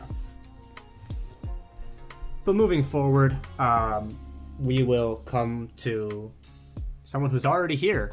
Our Mr. guest. Mr. Denver Darkrise. How you feeling about your game, buddy? Bring it on, guys. You fucking suck dick! Ass, garbage, trash. I mean, we had a very long discussion, and this will go once more into Misplays. This is just going to be the Misplay podcast. whether or not something is a misplay or not. And I believe this is what, turn 2? Yeah, again, turn 2. Dundee T, Grass Knot. When Celesteela is in, Bobby switches into Gastrodon, loses to Gastrodon turn 2. Is that a misplay? Some could argue yes, some could argue no. Personally, I would have always Thunderbolted there because I'm not willing to run the risk of whatever that fucking Celesteela might have. And we could continue to go more and more in depth onto this, but I feel as though it's not really worth when we've already done it twice now. He made the play, it worked out. Is it a misplay? Beauty's in the eye of the beholder. Wait, was Bobby switching in the misplay or him clicking Grass Knot? Him clicking Grass Knot is the misplay. Oh, I disagree. What does the Celesteela do to the... Clicks Meteor Beam and kills it, Ben. Yeah. Or, go into Altaria. Yeah, the stock value of Celesteela is pretty high with Meteor Beam right now, so... That's what I'm saying. I think... It's so dangerous. I had a lot of options in that game after the Gastrodon went down, although it was harder. I thought he had basically no options if he lost his Thundurus there. I think the material was so lopsided at that point that I don't see him playing that game back. So that's why I think that was a bad play on his part. Speaking of bad players... About this very quickly, I figured that he was running Grass Knot, but I thought he'd save it for later. I am of the opinion that I think it was a very obvious Gastro switch, so it was a very obvious Grass Knot. While I do think that obviously... Again, that's me getting back to what you were saying about Quinn, where I think you rely on your priors too much. Yes. You really get hurt doing that. I was about this close to the Meteor Beam. Yeah, but I think it's a situation of, it's like, you can just say it's like the pure, it is just like objectively better to click Thunderbolt, but in my mind, I would always have said Bobby switching there was like an 80-20. And it's weird to say that I fucking hate Hurricane and Focus Blast misses when I do a lot of these prediction games where I'll just like take the 80% chance. It's because it's always stunt or fucking die. 80-20, but who do you think is hurt more if their respective Pokemon dies on that turn? Oh, it would definitely hurt Alex more. Yeah. Way more in my opinion. Now, maybe you disagree with that part, but... Not way more, but it's definitely more. Yeah, I mean, Gastrodon being lost compared to Dundee T being lost, it's a significant difference, obviously. Other than that, fucking Water Bubble is just one of the best abilities in the game. It's a really good ability. It's not one ability, it's not two abilities, it's 3 abilities smushed into one. God, what a fucking I'll unit. Put this out there. So I DM'd Nando about my retardation right after the game, and he texts back, "Are you fucking kidding me? You had water absorb in the calc?" And I did not run the calc because I was just doing the mental math off the high jump kick damage. So, to clarify for the audience, what are all the effects of Water Bubble? It doubles the damage of your water type moves. It prevents burns, and then the most important thing for this game, it has the damage of fire attacks. So a Raquinid, being a grass water type, does not take neutral damage from fire type moves. Bug it water, takes, Yeah. Less effective, not super effective, not very effective. It would then be not very effective damage. not effective. So I honestly, I'm just Bobby, I'm obviously confused. Dagger. I'm embarrassed that we talk about the pillars. I pride myself on my knowledge and that being the best of the 3 pillars for me, and I think my knowledge is as good as anyone's. Well, clearly not in this instance. And I wasn't in a terrible position at that game. If I sucker punch there and keep my not fire type, I live the liquidation, and then I can Pyro Ball the next turn. And I have some options left with Celesteela, and with Altaria and Zapdos still up. No, Bobby, Yeah, this is what I- confuses me the most, because you high jump kicked on turn 4. So I assume that you knew Water Bubble was a thing. No, Pison. The reason I high jump kicked is because I thought he was Sash, and I wanted to break the Sash. I'm sorry, what? I thought the high jump kick was a bit dangerous. He wanted to break Sash, because he didn't want to just try and Break it with Pyro Ball. take the liquidation and die. But if that's the case, Bobby, if you think that he's going to liquidation you, why did you not sucker punch? Or were you hiding sucker punch? Or did you need the damage? Which of I those? needed the damage. Okay. I thought the high jump kick was dangerous given that there was an Aegislash on the team. Also, given that But- one of Araquanid's 4 moves that it runs is always protect. Not knowing how Water Bubble works, I think if he was that worried about the damage, that he wouldn't have gone Aegislash with potential Pyro Ball. So again, Yeah. that's a couple turns before it showed my knowledge of Water Bubble hurting. I mean, he was in the right to just keep clicking liquidation. So I did like the what I assume is Scarf Pretty Nihilego. good game. Like once the Cinderace was gone, it was really just cleanup. Yeah. No, it really was clean up, and I didn't even really tilt. I just had no options. I mean, I could have grabbed another Killify to Air Slash instead of Autonomized at the end, but I figured I wanted to give myself as much of a shot. played your outs. Yeah, that was the correct In play. case he wasn't Scarf or something. Like you play your Yeah, outs. and then pull some bullshit on whatever else later on. You never know. Yeah. Just like a noteworthy calc. So I know for a fact that Alex was adamant 220 speed on the Urshifu Rapid Strike. Bobby, I assume that you weren't max speed because if you were, you would have outsped him. On Celesteela? Yeah, No, I was max speed Celesteela. He was Scarfed, I thought. he was Scarf, but if you were max speed Timid, then you should have outsped him. So you were modest. I'm trying to think what I crept down to. I think I crept down to Scarf Lundy. Yeah. No, wait. Wait. No, that still doesn't work. You, I still doesn't work. Actually, wait. 220 speed? it's 220 speed adamant? 220 adamant. That's what he told me. Weird. Maybe modest Scarf Thunders? Maybe. Too many No, cokes. it's too big now. Numbers is hard. Is there anything else that we want to add on here? Other than I fucking suck? Not really. I think if he was the max speed, this actually could have been able to be turned around for him, but oh well. What happens, happens. A lot of very decisive turns in this week. Yeah. Moving Yeah, I on, we think I got pull that back to about a 2 or a 3-0 if I get that kill there. I think you win the game if you get that kill there because you have the beast boost. Beast is indeed boosted. Number 5, we've got Los Angeles Lake Spirits, Brendan Tickle, moving up 4 spots. He beat you, Ben. What do you have to say about that? That's a game you should have won. I expected to... Obviously, I played as best as I could, but I didn't have the right matchup. Yeah. Props to him for playing correctly and bringing the right sets and bringing stuff that I wasn't expecting. I think the team building was very creative. I thought the taunt on Mega Gardevoir was very important in the match because that stopped my Milotic from being a nuisance. I think this match shows that Tickle kind of built himself a team in the draft where he can bring 5 Mons pretty much every single week, and then his last Mon is really up to his preference. This week it was Gengar. I believe the week before it was... Oh no, I forgot what it was the week before. Obstagoon it was the week before. And then week before that, let me actually go ahead and check. I'm pretty sure it was Obstagoon again. It was Obstagoon and Tentacruel, so he swapped out the Zygarde for the Tentacruel in week 1, which is probably why he lost. But yeah, no, it's a very good team on his part. It's a very Tickle team. And he just made a waiver to pick up Starmie, which he had last split. So it's a little bit of extra speed, nice analytic ability. I'm excited to see what it does now that I don't have to play it anymore. Something about the game that Tickle said about it afterwards is that Mega Gardevoir is like just pointing a gun at your opponent and just saying, which one do you want to get shot? Which one do you want to take the bullet of a hyper voice? Oh, absolutely. I didn't have many opportunities to kind of make up for it. I mean, I had to memento with the Whimsicott just to give my Latios an opportunity to come in and try to set up.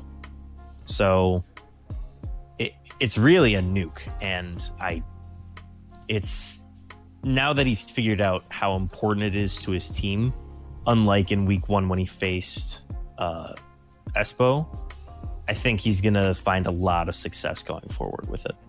Mind you, too, that they nerfed Mega Gardevoir after Gen 6, and it's... Yeah, Pixelate was nerfed. It's doing 1.2 instead of 1.3. mean, like, You know, it is noticeable. It's notable. Or also you that thing would Oko Blitzforce through some. In a reference to something that only Nando would get, Gardevoir is a nuke. It's an Eminence in Shadow, if you would. hey. Good manga, good manga. Oh. Yeah, so I think that's everything I got on Tickle. Yeah, I mean, obviously the team was built pretty well. The Mons were played well. I don't know, it was just like overall a good battle. It wasn't, I don't think there was any opportunity in the game to like really showcase a lot of skill. Because I feel like a lot of it was based on matchup and team prep, but... He plays Jasper. Like, you did... Well, actually, Ben, you fucking suck. But it's not to say that, like, you, like, actively sucked or anything, Ben. I just think you don't suck, but you suck. I have You to don't say actively you suck. You if you're passively a suck. shit hero. Tickle plays Jasper next week, and then he plays... He plays Quinn. Week 5. He has the same schedule, the reverse of what Quinn has. And so in the same vein, it's front-loaded, and he's in a pretty good position moving forward, I think. Well, I mean, Yeah, I think it is. Like, Hey, Tickle hasn't Jasper, faced me yet. So. Yeah, week 7 against Pison, and then How I think front-loaded could it have notable. been if it didn't face me? Come on. He's got Alex in week 9. Yeah, So, how front-loaded could it have been? Pison, you either get to be good at the game or bad at the game. You do not get to simultaneously be both. What do you mean? What does that mean? Calling me bad? Moving forward, number 4. We'll get to you.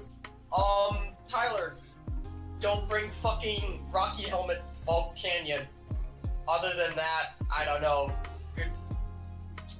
It sucks. It really does hurt. Like, that's it. Now that You're tilted, and you'll just fucking int against me, and that'll be that. You Just ran a a recommendation. You ran a Wicked Blow calc right now. Anything to add? No, I ran the speed calc. Feel it. Oh. Trying to look what the fuck you could have been doing. It's the wrong fucking Urshifu. They have the same. They have the same cap. speed, you motherfucker. Fucking blow me. water is faster than darkness. Oh wait. I don't know, because on the one hand, it's like, oh, defensive Volcanion can take a hit, not from Bandit Urshifu. But then, what the fuck does on his team? It's not double. Double's not the answer. What takes the fucking hit on this team? Oh, fuck yeah, Double's the answer. Double's gonna come in and click Cotton Guard and say, fuck you. Yeah, Cotton Guard against a Critmon. Good fucking luck. Shitter. Oh yeah, because obviously fucking Wicked Blow's gonna do more damage than fucking close combat. I'm not saying that Wicked Blow's gonna do more until ask the Cotton Guard, shitter.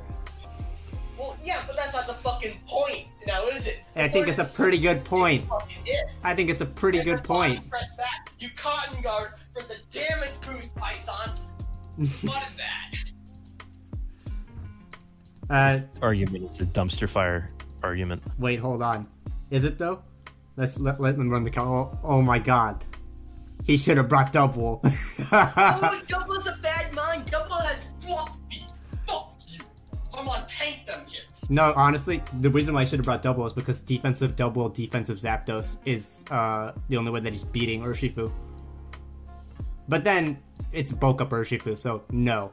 It only works against Bandit Urshifu, but... Yeah, but like, even then, you have to also prep for the Bandit Urshifu, you know? You have to prep for And Bandit like, it Urshifu, you should don't have have a been choice. like max defense, bulky dose, because that's the answer in OU. It literally allowed Zapdos. Moltres became an OU Pokemon while Urshifu was around. It's interesting. Because I know he was max speed because he wanted to outspeed Urshifu. But I think in that situation, you speed creep Urshifu and then you just put the rest into fucking bulk so that way you can actually switch into it. Which is so weird. I hate it. I hate that that's how you have to play that out.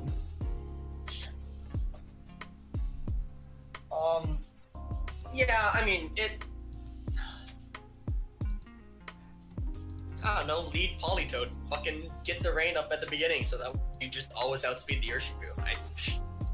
Have rain. That way you don't miss hurricane. Have you ever thought about that, Tyler? I don't know. It's a good strat. You should try it. I don't know if we talk about what Cal get out of eating dredge ice. It's an anti-lead. Against that team. It's an anti-lead. It's an anti-lead red ice. Yeah, it's Anti-freeze. Anti-freeze. He just woke up and we could blow on the polytoad if he beats that. true. But he didn't lead that, and then he would have gotten dazzling gleamed. So fuck you, you're wrong. How do you mean? He doesn't even need the sucker punch. It's a fucking like leftovers mess. It's in like an AV mess spirit. It's a He could've focus. literally just wicked loaded It was into Focus the- Sash Focus to Sash. take one wicked blow. It was focus sash for exactly that lead situation. Shifu looks at Mesprit and kills it. Not if it's Sash, pussy boys. Was it Sash? Yes. Oh my god, no. That was the whole It's point of the just set. you What- all over again. When I It's tell the you, life form view. That's what I'm talking about. when I tell you that Tyler is the premier team builder in this fucking league, it is the truth. You are nothing. You are nothing, Nando. I am undefeated. So am I, pussy boy. I am defeated. Number 3, me, also undefeated. Is Pison actually 3-0? No! You're 2-0-1. You're 2-0-1. You're not 2. How am I 2-0-1? I beat Cal. I beat him. Did you look at Cal beat I want himself. you to say it clearly. I beat Cal. Cal, good I match. played to my outs and I beat him. Yeah. Sure. By giving up your Togekiss for free. I played to my outs. What were your outs, Pison? I played to him. Dragon Ball that you didn't switch in. I played immediately? to him. Out? Played to him. My out was being better. Oh. I'm assuming this is the segue to Pison at number 3, right? Yeah, no, we've already said No. that. It's a segue to Alex at number 2. Wow, we're gonna skip over me? I mean, there's not much to say about my game. I already said it. I never felt in danger of losing that game, so long as I had priority on my team. You play Swan next week. How do you feel? I don't know if it's gonna get out by the time I face Swan, but I'll just go ahead and say it, and I can bleep it out if it's not. My only answer to Lando and fucking what's his name, Fish, is Tangrowth, and I can't have it beat both. Well, this podcast is going to be longer than an hour 20, so Swan's not even going to listen. Does Dragon Ball outspeed Scarf Dracofish? Yes. Yeah. Well, then what's the problem? The problem is that he has a Grimmsnarl on his team, so I can't fucking touch. As horrible as it was, I played enough of the pre-DLC OU to know, without doing that Dragon Ball outruns Starfish. How about that Z Iron Tail? Does it get Iron Tail or is it Steel Wing. It gets Steel Wing. What would I run Z Steel Wing for? Grimmsnarl? Yeah. Yeah, I don't even think that kills. I'm gonna run that calc though. you get paralyzed first anyways. Yeah, that's also true. Mimikyu. Yeah, no. Grimmsnarl. Bring fucking Z Toad with Tail Whip. Oh, I shouldn't say that. Yeah, he's not gonna watch it. Yeah, I'm actually bringing that. It's going to be, that's what I said, it's going to be longer than an hour 20. He won't listen. Oh no, oh, God help me. Where are we at? Number 2. We're at 133. Wisconsin Weaviles. I want to interject. I looked up my Celesteela spread, and it was EV to outrun the Houndoom at +2. So Oh, so you really fucked it up. Got it. yeah, Okay, so you weren't even prepped for a scarf. Does make the flop outspeed Dracofish? Megalop does not outspeed Dracofish. Really? Yes, really. Is it between 135 and 142? Yes. Rip. Dracofish is 273, which is hitting 409. Interesting. 405 plus 4.5. Yeah, 409. So, anyways, Wisconsin Weaviles. What is there to say about this game that we haven't already? We've already talked about the game. I think we can just generally talk about Alex. This is probably the most surprising 3-0 start team. Yeah, well, especially considering Straight up disrespecting his fellow council members. disrespecting our past member of this podcast. How dare you? What the fuck? What's wrong with you? We say that like we're not gonna shit on Bobby next week. Editor's note. You have no idea. I mean, the fact that like we rated his team so low Wait, at the before beginning. we get that, I could 7-0 Henry, and you guys will shit on me next week. Yeah, Damn right. which is why it's gonna be really funny when you lose to Hen. Alright, No, it's more so on Alex. I mean, he played to all of his outs. He made the predict early. Again, is it a misplay? Is it not? That's up to you to decide. It's your own meaning off that. Obviously, it worked out for him, and it put him in a very good position to win this game. Yeah, I'm excited to see how he does the rest of the split. Oh, I did have one misplay on Bobby's end. Why the fuck did you go Altaria when you had a Zapdos in there? Turn 9 to turn 10. What the fuck was that? I thought that I was going to need the help on Zapdos later on if I needed to Brave Bird shit. Huh. I think the game was pretty over by that point, as it was. Sure, yeah, but But that's certainly up for debate whether that was a good play or not. I think it's a But bad that play was my because reason behind that play. I don't know. At that point, if you're going to sack him on, because I assume that's banded Zapdos, right? Yes. Had to be, yeah. Okay, you have to make the assumption that, you know, you're not going to beat the Aegislash with that Mon. Because unless you have banded fucking Throat Chop and you make the predict, oh, yeah. you're not beating that Aegislash, so you have to sack that Mon. Banded fucking throat shot? Even if you are, you're not going to fucking 2-hit KO a fucking Aegislash with King Shield. That's what the problem Bad is there. players get rewarded and they get crits. Fucking stupid argument. Go fuck yourself. Fuck yeah. Your villains are bad. Your villains are trash. Isn't it only -1 now? It's and my it did 62 in the Shadow Battle, so actually, yes, Pison, it still would have killed with King Shield. What was the Shadow Battle set? That is what the issue is here. Was it a defensive Aegislash? I know Alex wasn't running defensive Aegislash, but you have to again, you have to consider when you're playing to your outs, what is most likely to be on your opponent's side of the field. That's fair. Yeah, but also, Pison, what the hell is the Altaria doing to the Aegislash? I don't know what your Altaria set is. That's what the problem is. If it's a Fire Blast Hyper Voice set, that is a better out than the fucking Zapdos. It was thrower, but yeah. Flamethrower. Oh. Don't miss. Oh. Is Flamethrower better? Your point about Bobby doesn't run moves that missing miss. those moves. Yeah, that's how I don't miss those moves. I don't run those moves. Fireball. But you run high jump kick. But yeah, but Go you fuck run high yourself. jump kick, you motherfucker. You run Meteor Beam, which can miss. Stupid. Which did miss. Correction. But props to Alex. I think the Aegislash was a very good waiver. He knows what he's doing with his team. It's pretty well balanced. It's got fast things. It's got bulky things. Very good team, and I think Alex is going to do fine. Yeah. Number 1. Shanghai Sharpedos, the number 1 team builder of the league. I am the Obviously. premier team builder. And the premier user of Windows Paint. Solid meme. There's a Windows 8. Windows Paint. Paint. You motherfucker. Is that him? That's for me. That one's for I'm you. open up. How's your back feeling, buddy? Why do you think I have a hunch? This shit's heavy. This shit's really heavy. Man. Bobby, how much do you weigh?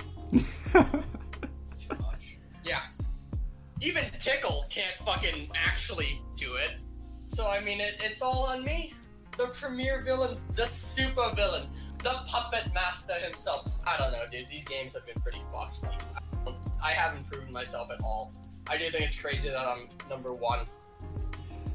Did I give myself number 1? Yeah, everyone Yeah, gave you number we all 1. No, I mean, I had to give myself number 1. But I think it's crazy that you guys actually put me above Alex. With me being... If you think it's crazy that we didn't put you above Alex, then why didn't you put Alex above you? because I'm a villain and I have to put myself at number 1. He has to have a villain at number 1 for his ego. Look at me, I'm better than them. It was strategic on the hero's part. For placing you at number 1, you get the bad juju, and then you'll lose. Yeah, right? That's what happened to Bobby. Bad juju don't work on me. Remember that. Fuck is bad juju? If you're number 1 in the power rankings, you're gonna lose. That happened to you. Just saying. I fucking told you it was gonna happen to me. No, yeah, I will say I do think that I have had an easier schedule. Obviously, my week 3 game was against the tier 1. But even that game, looking back on it, it was pretty tightrope with how much you put in the work, and I do think that my team is being carried. Out of curiosity, were you aware that he was banded Garchomp when you sent in the Gothitelle? No, I had no idea. Oh. I at most assumed Life Orb, so that way he could Scale Shot and then click EQ or something. Well, I don't know how you would assume. I had no idea that it was banded. I realized that it was banded after you had clicked Scale Shot on the Pelipper and the Pelipper died. Outrage does 98% to 98 minimum to the Gothitelle with band, but Scale Shot being a multi-hit move was my only chance to kill it. I was just curious because is there a way where you send in Caesar instead of Gothitelle that turn and kill him with Bullet Punch? I guess then you're running the risk of him switching into his own Caesar and Victini. He would just switch. Yeah. It's not even a risk. He would just switch because there's no reason not to. You keep that alive for the Alecki. Yeah. I have to trap and kill it there, but yeah, the risk is always there because he's a set that can kill the Goth, and I know that that's not what he was planning it for, and that's how it turned out. But that's a max HP Gothitelle because it has to be max HP, max attack, max spec A modest choice specs for HP Ice to kill. If it's choice Scarf, the HP Ice doesn't even have a chance to kill the Garchomp. That's hot. And it's a hard position, I would say. Looking back on the game, there are just a lot of mistakes. But when you have a Mon that can OHKO Umbreon on the special side, it makes everything a lot easier.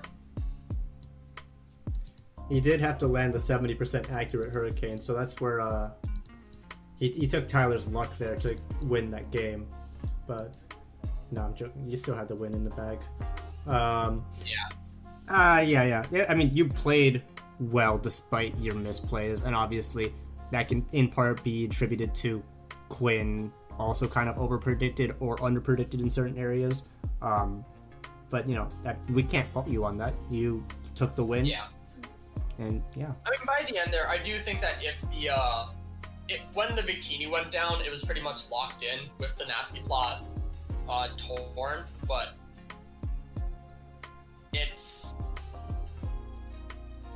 there were a lot of earlier parts in the game that could have resulted in my loss.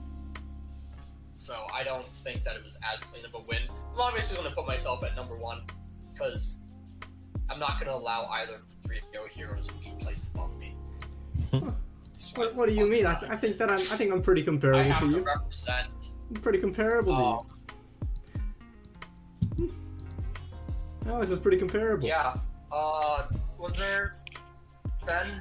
I think you're up on. We go to waivers. Yeah, so I'm looking at these on the waivers page and the teams page. Mm-hmm. So I'll just go down the order. Pison dropped Mega Manectric to pick up Megalopony. Talked about that a little bit. Alex dropped Silvally to pick up Tapu Bulu. We talked about that as well. And Patty dropped Mega Mawile to pick up Mega Charizard X. Talked about that a little bit. Tickle dropped Gengar to pick up Starmie, and then Salvi dropped Porygon 2 to pick up Alolan Raichu. Woo! He finally did it. Let's go. He has a team now. Let's go. Woo! Yeah, we'll start from the bottom then. Yeah, I mean, he has a team now. He can actually bring 6 months that actually do shit this week. So I'm expecting Salvi to do something this week. And if he doesn't execute on it, then we've got reason to place him lower. So yeah. Any other things? Yeah, Alolan Raichu is better on the team with Coco than Xurkitree is. It's a good switch of electric type support. It is somewhat worrying how weak he is to ghost type moves now that he has Latias and Alolan Raichu, but And dropping Porygon too. and dropping Porygon. But I mean, he wasn't bringing Porygon anyways, so he'll have to play around Sure. it himself. It more so affects how the teams prep for him, because now that that's out of the way, Ghost kind of just wreaks havoc on it. Yeah, I'm glad I got my match with him out of the way. So All right, who's next? Tickle dropping Gengar for Starmie. Tickle made a This is- waiver. Yeah, Tickle knows how to make a waiver. That's what I said. right? That's what I was saying. He's gonna make another one He too. has another one coming. He's got like 3 total that he wants to make. Woo! Wow, changes. Are we The sure thing this is that's Tickle? in his mind about Starmie, and the thing that's in my mind about Starmie is last split when he played Dan, and Analytic Life Orb Starmie took out a total of like 270%, which is if you just like take like health bar percentages of Dan's team in before it even took a hit, because Dan just kept switching. Yeah, not Proc realizing- switch. Not realizing the analytic proc is that'll do it to teams. It's like a better stakeout. Just because if a good Mon actually got stakeout. Are you saying that my boy Donald Trump isn't a good Mon? Young Goose? Shoes. Yeah. It's good. Obviously, it doesn't fit well with the Tentacool. I want to fucking... Oh no, he has a team of both Starmie and Tentacool. I wonder what's gonna happen. Maybe he'll keep them both. Haha! Ah, yes, of course, he'll bring them both every week. They work together. Yeah, no. See, he's dropping one of them. I mean, he's dropping Tentacruel, obviously. I'm No, curious to he's see. dropping Starmie. Yeah. My My bad. Alright. It's just a 1 week fling. He's using it. Who's he battling? Salvi. No, Jasper. Jasper. Something. He needs the 6 Jasper, and then he's just getting rid of it. It's the same 1 week fling that Oh fuck yeah, that's Starmie. It's gonna click Rapid Spin, and then it's gonna click Meteor Beam, and then it's gonna get walled. Starmie gets Meteor Beam now. Fuck yeah, it does. Shit. Ooh, spoilers. Okay, I have nothing more on this one. Yeah. there's nothing more to add. Okay. Oh, this is the next one. Yeah, Mega Mawile for Mega Charizard X. I remembered what I was gonna say when I first brought this up. Tapu Fini weakens Dragon type moves. Patty's aware of this. He has distinctly said, "I want Mega Charizard X not because it's a Fire Dragon type, but because now it is just a Fire type. That is not weak to Water." That is what he said to me. And admittedly, it kind of fucks with my team, just because I do have a very low defense stat. Mm-hmm. So, I mean, I've got some defensive tools, like Milotic can obviously like tank a hit from it, but I'm gonna come in, and I'm gonna click Lord Blitz, and that's it. yeah. Also, I'm something just a to, Darmanitan, but I'm Mega. also something to consider is it got Scale Shot, so that's kind of something you have to worry Skill about. shot. I'm Yeah. a belly drop, sub, and scale shot. And we all know that Patty loves his Belly Drum Zardex, so Where are the scales? Patty loves his Belly Drum Zardex. I'm expecting him to bring Belly Drum Scale Shot at least once this season. It's going to be interesting. I've had historically very bad matches against Mega Charizard X. So Oh, I know. I'm one of them. That's why that one split, I just drafted it myself because I didn't want to play it anymore. What's the next one? Sorry, I'm not. Silvally dropped for Tapu Bulu on Alex's team. Yeah, we this talked thing- about this. Someone stole his PZ. I mean, honestly, I particularly like this waiver. do you? I didn't hear what he said. Did he like it? Do or don't. No, not particularly. I think Valley is a really nice element of unpredictability to his team. And I know that he wants the physical presence without last year, but I think Savali worked on his team better than he maybe thought it did.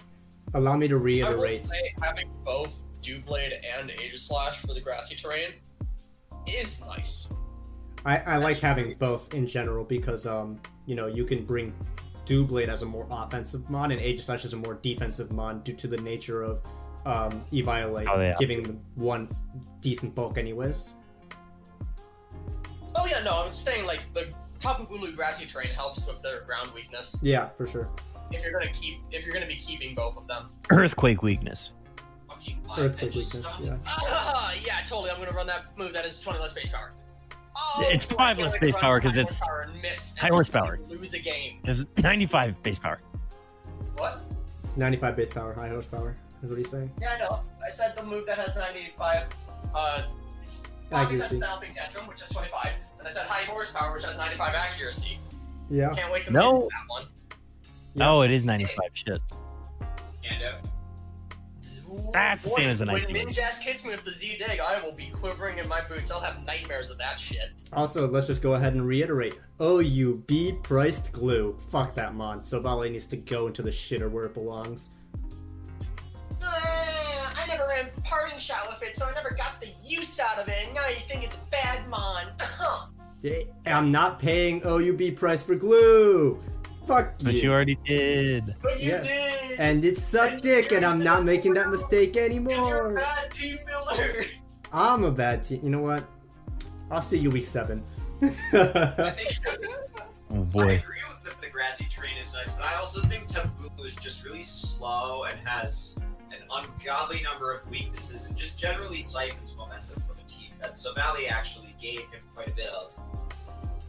I mean, ultimately, he didn't like using Savali, and I think if he ends up being more comfortable with using Bulu, then I'm not going to knock him for it.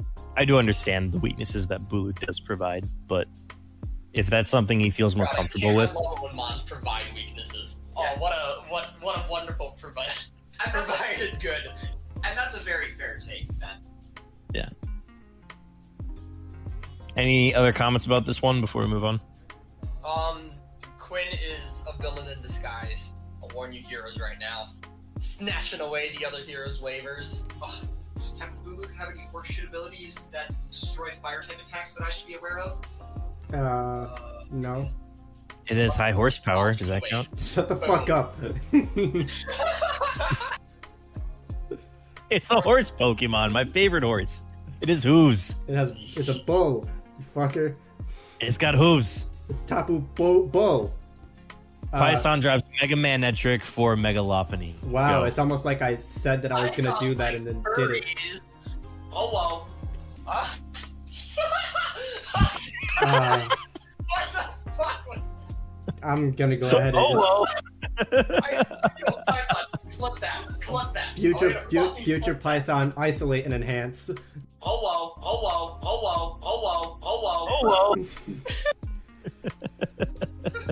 well. Yeah, no. Mega Lopunny gives me, guess what? More priority and more speed. So you fucking villains better have something for it, I guess. I don't know, man.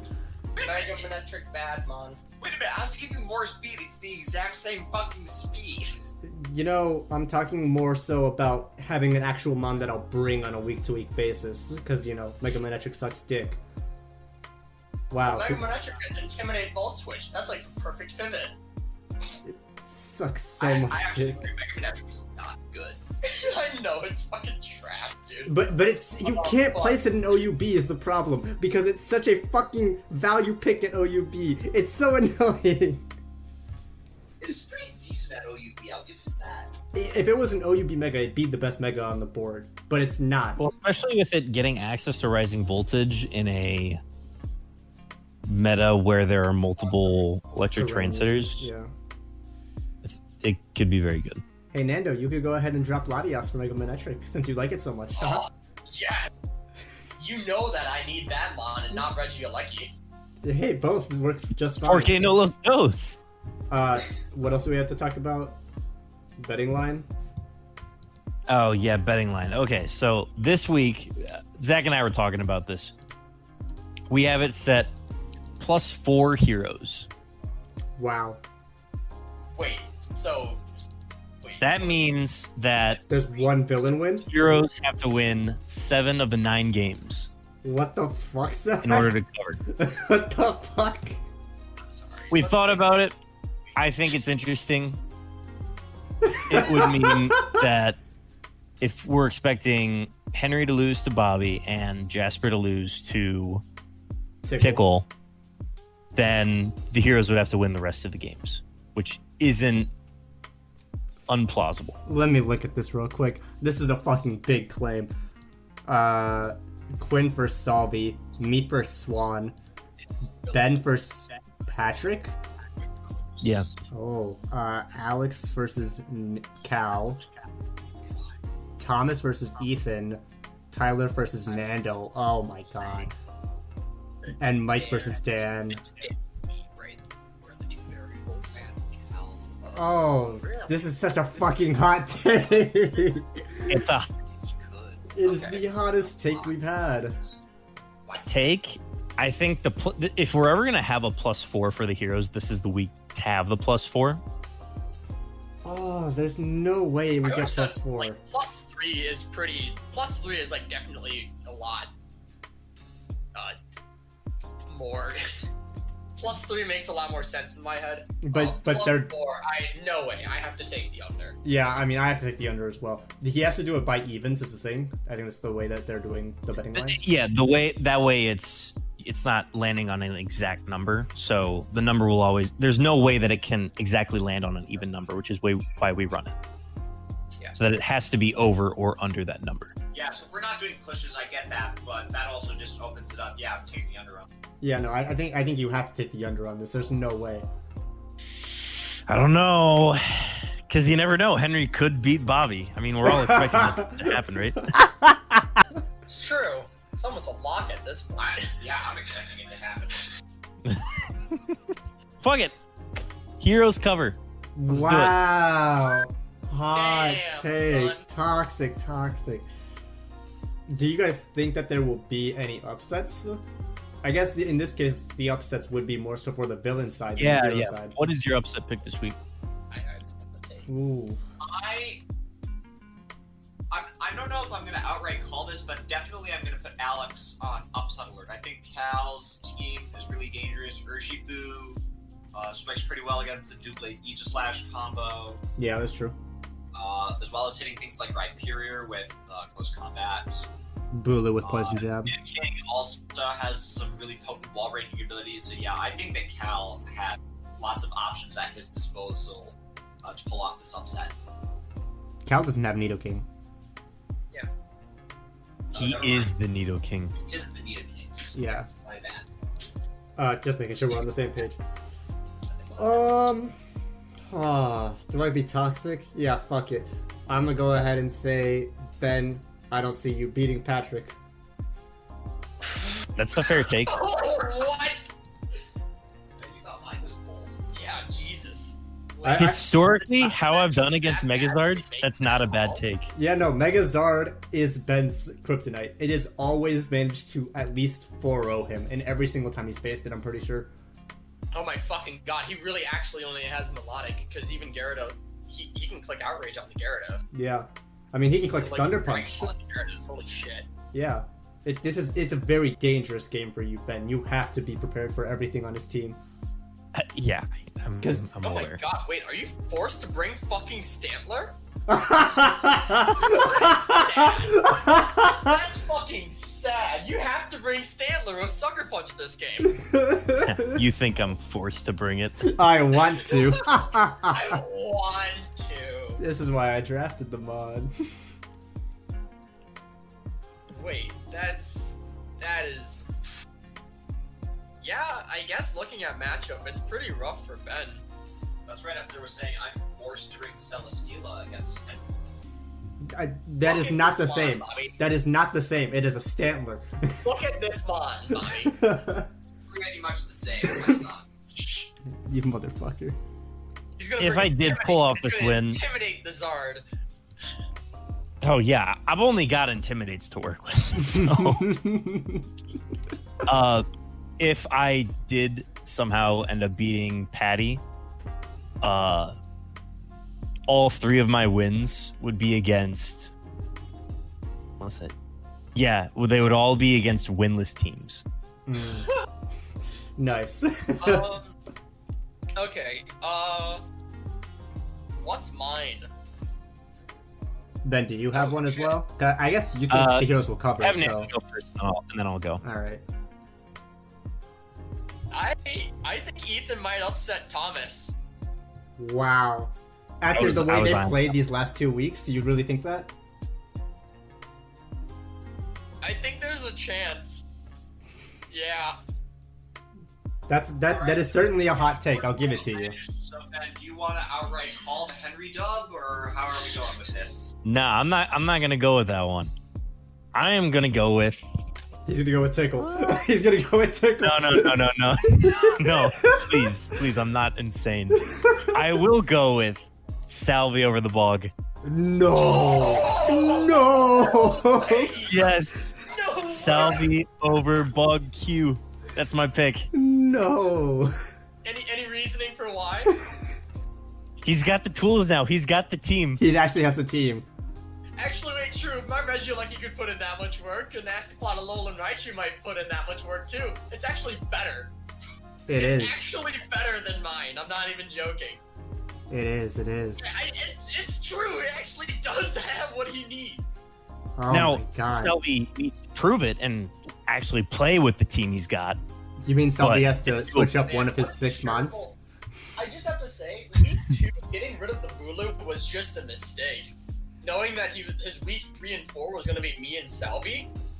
Oh, absolutely. Whew.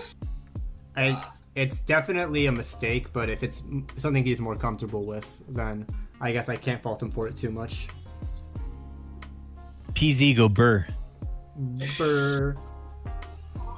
Oh my god, wait. Actually, though, Alolan Raichu does put a fucking dent in that team. Because we confirmed it does get rising voltage, right? It does. Oh, wait a second. I question. Hmm. If he does bring the Alolan Raichu, what do you think the chances are that he Z-Psychics the Zoroark? Oh no. That would be hot. I think the real question here is, does he bring the psychic? In True, which true, case? true. But I just want to say, if that does happen, I want to not only be called the premier team builder, but also the Prophet. Just setting that up for the future. Prophet was an FIT. He's going to set Salvi up for failure. He's going to be like Salvi against Rotom Wash, who always go for Z Psychic, and then it's going to be the Zoroark in disguise. And minds will be blown. It's gonna be like he's gonna bring in like something's gonna die to Rising Voltage. He's gonna bring in the Garchomp and he's like, aha, I will now Z Psychic the Garchomp. And just get Zoroark. That would be hot. Man, that is a fucking hot take, Ben. I like this. Hey, I'm only here to provide hot takes. Mine was wrong last week, but It's crazy because like not only do I think like the heroes going +4 is like I don't think that's like out of this world, but then at the same time I don't think any of these upsets are also like crazy. I give each of them like an 80-20, but like if there are 4 of these 80-20s, mathematically speaking, there's a chance. that's like That's 4 a pretty Stone good Edge. chance of an upset happening. You're bound to miss 1 Stone Edge or Gunk Shot. Not if you're me and you're built different. So that's like a That's true, that's 59% true. chance. Anything else we have to cover? I do have a. Even, okay, here's the thing. Even Wolf is his name Wolfglick? Wolf Glick. Yeah, even Wolfglick admits that a billion lines is a lot. Just saying. Even after doing all the math, if you say but a billion lines are a lot, he agrees with that. It's a lot of lines. Also, Okay, there is I no refuse way. to delve into this too far just because of the absurdity of the premise of the question. But that said, I am on Team Billion Lions. Okay. There we go. Wait, are we all Lions team here? This is a true podcast. Let's Where, go. At the very least, we can all be brothers together in the correct opinion. Now that's podcasting. Now this is Billion Lions. Check us out in the Smoke on Premier League.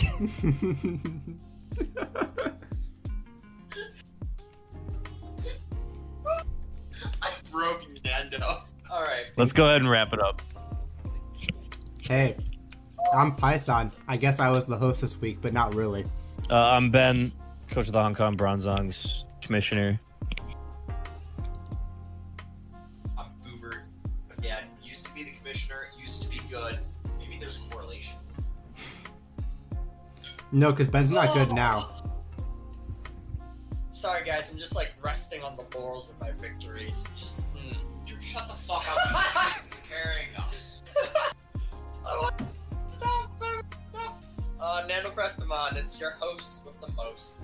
All right. Later, nerds. Adios. Thank you for joining us. Yeah, thank you for being here, Bobby. Yeah, thanks for being a guest. Always a pleasure. We might see you again in the future, who knows? Maybe you'll lose too much and it'll be dark, but... No, see, we'll bring him back when we have the Billion Lions debate. True. God damn it. So that's the wheel pick, your first overall choice for Draft League content and the official podcast of the Midwest Pokemon League. Oh, so that's how you do that outro. Got it. Yeah. Taking Take care. notes. I'm gonna steal it.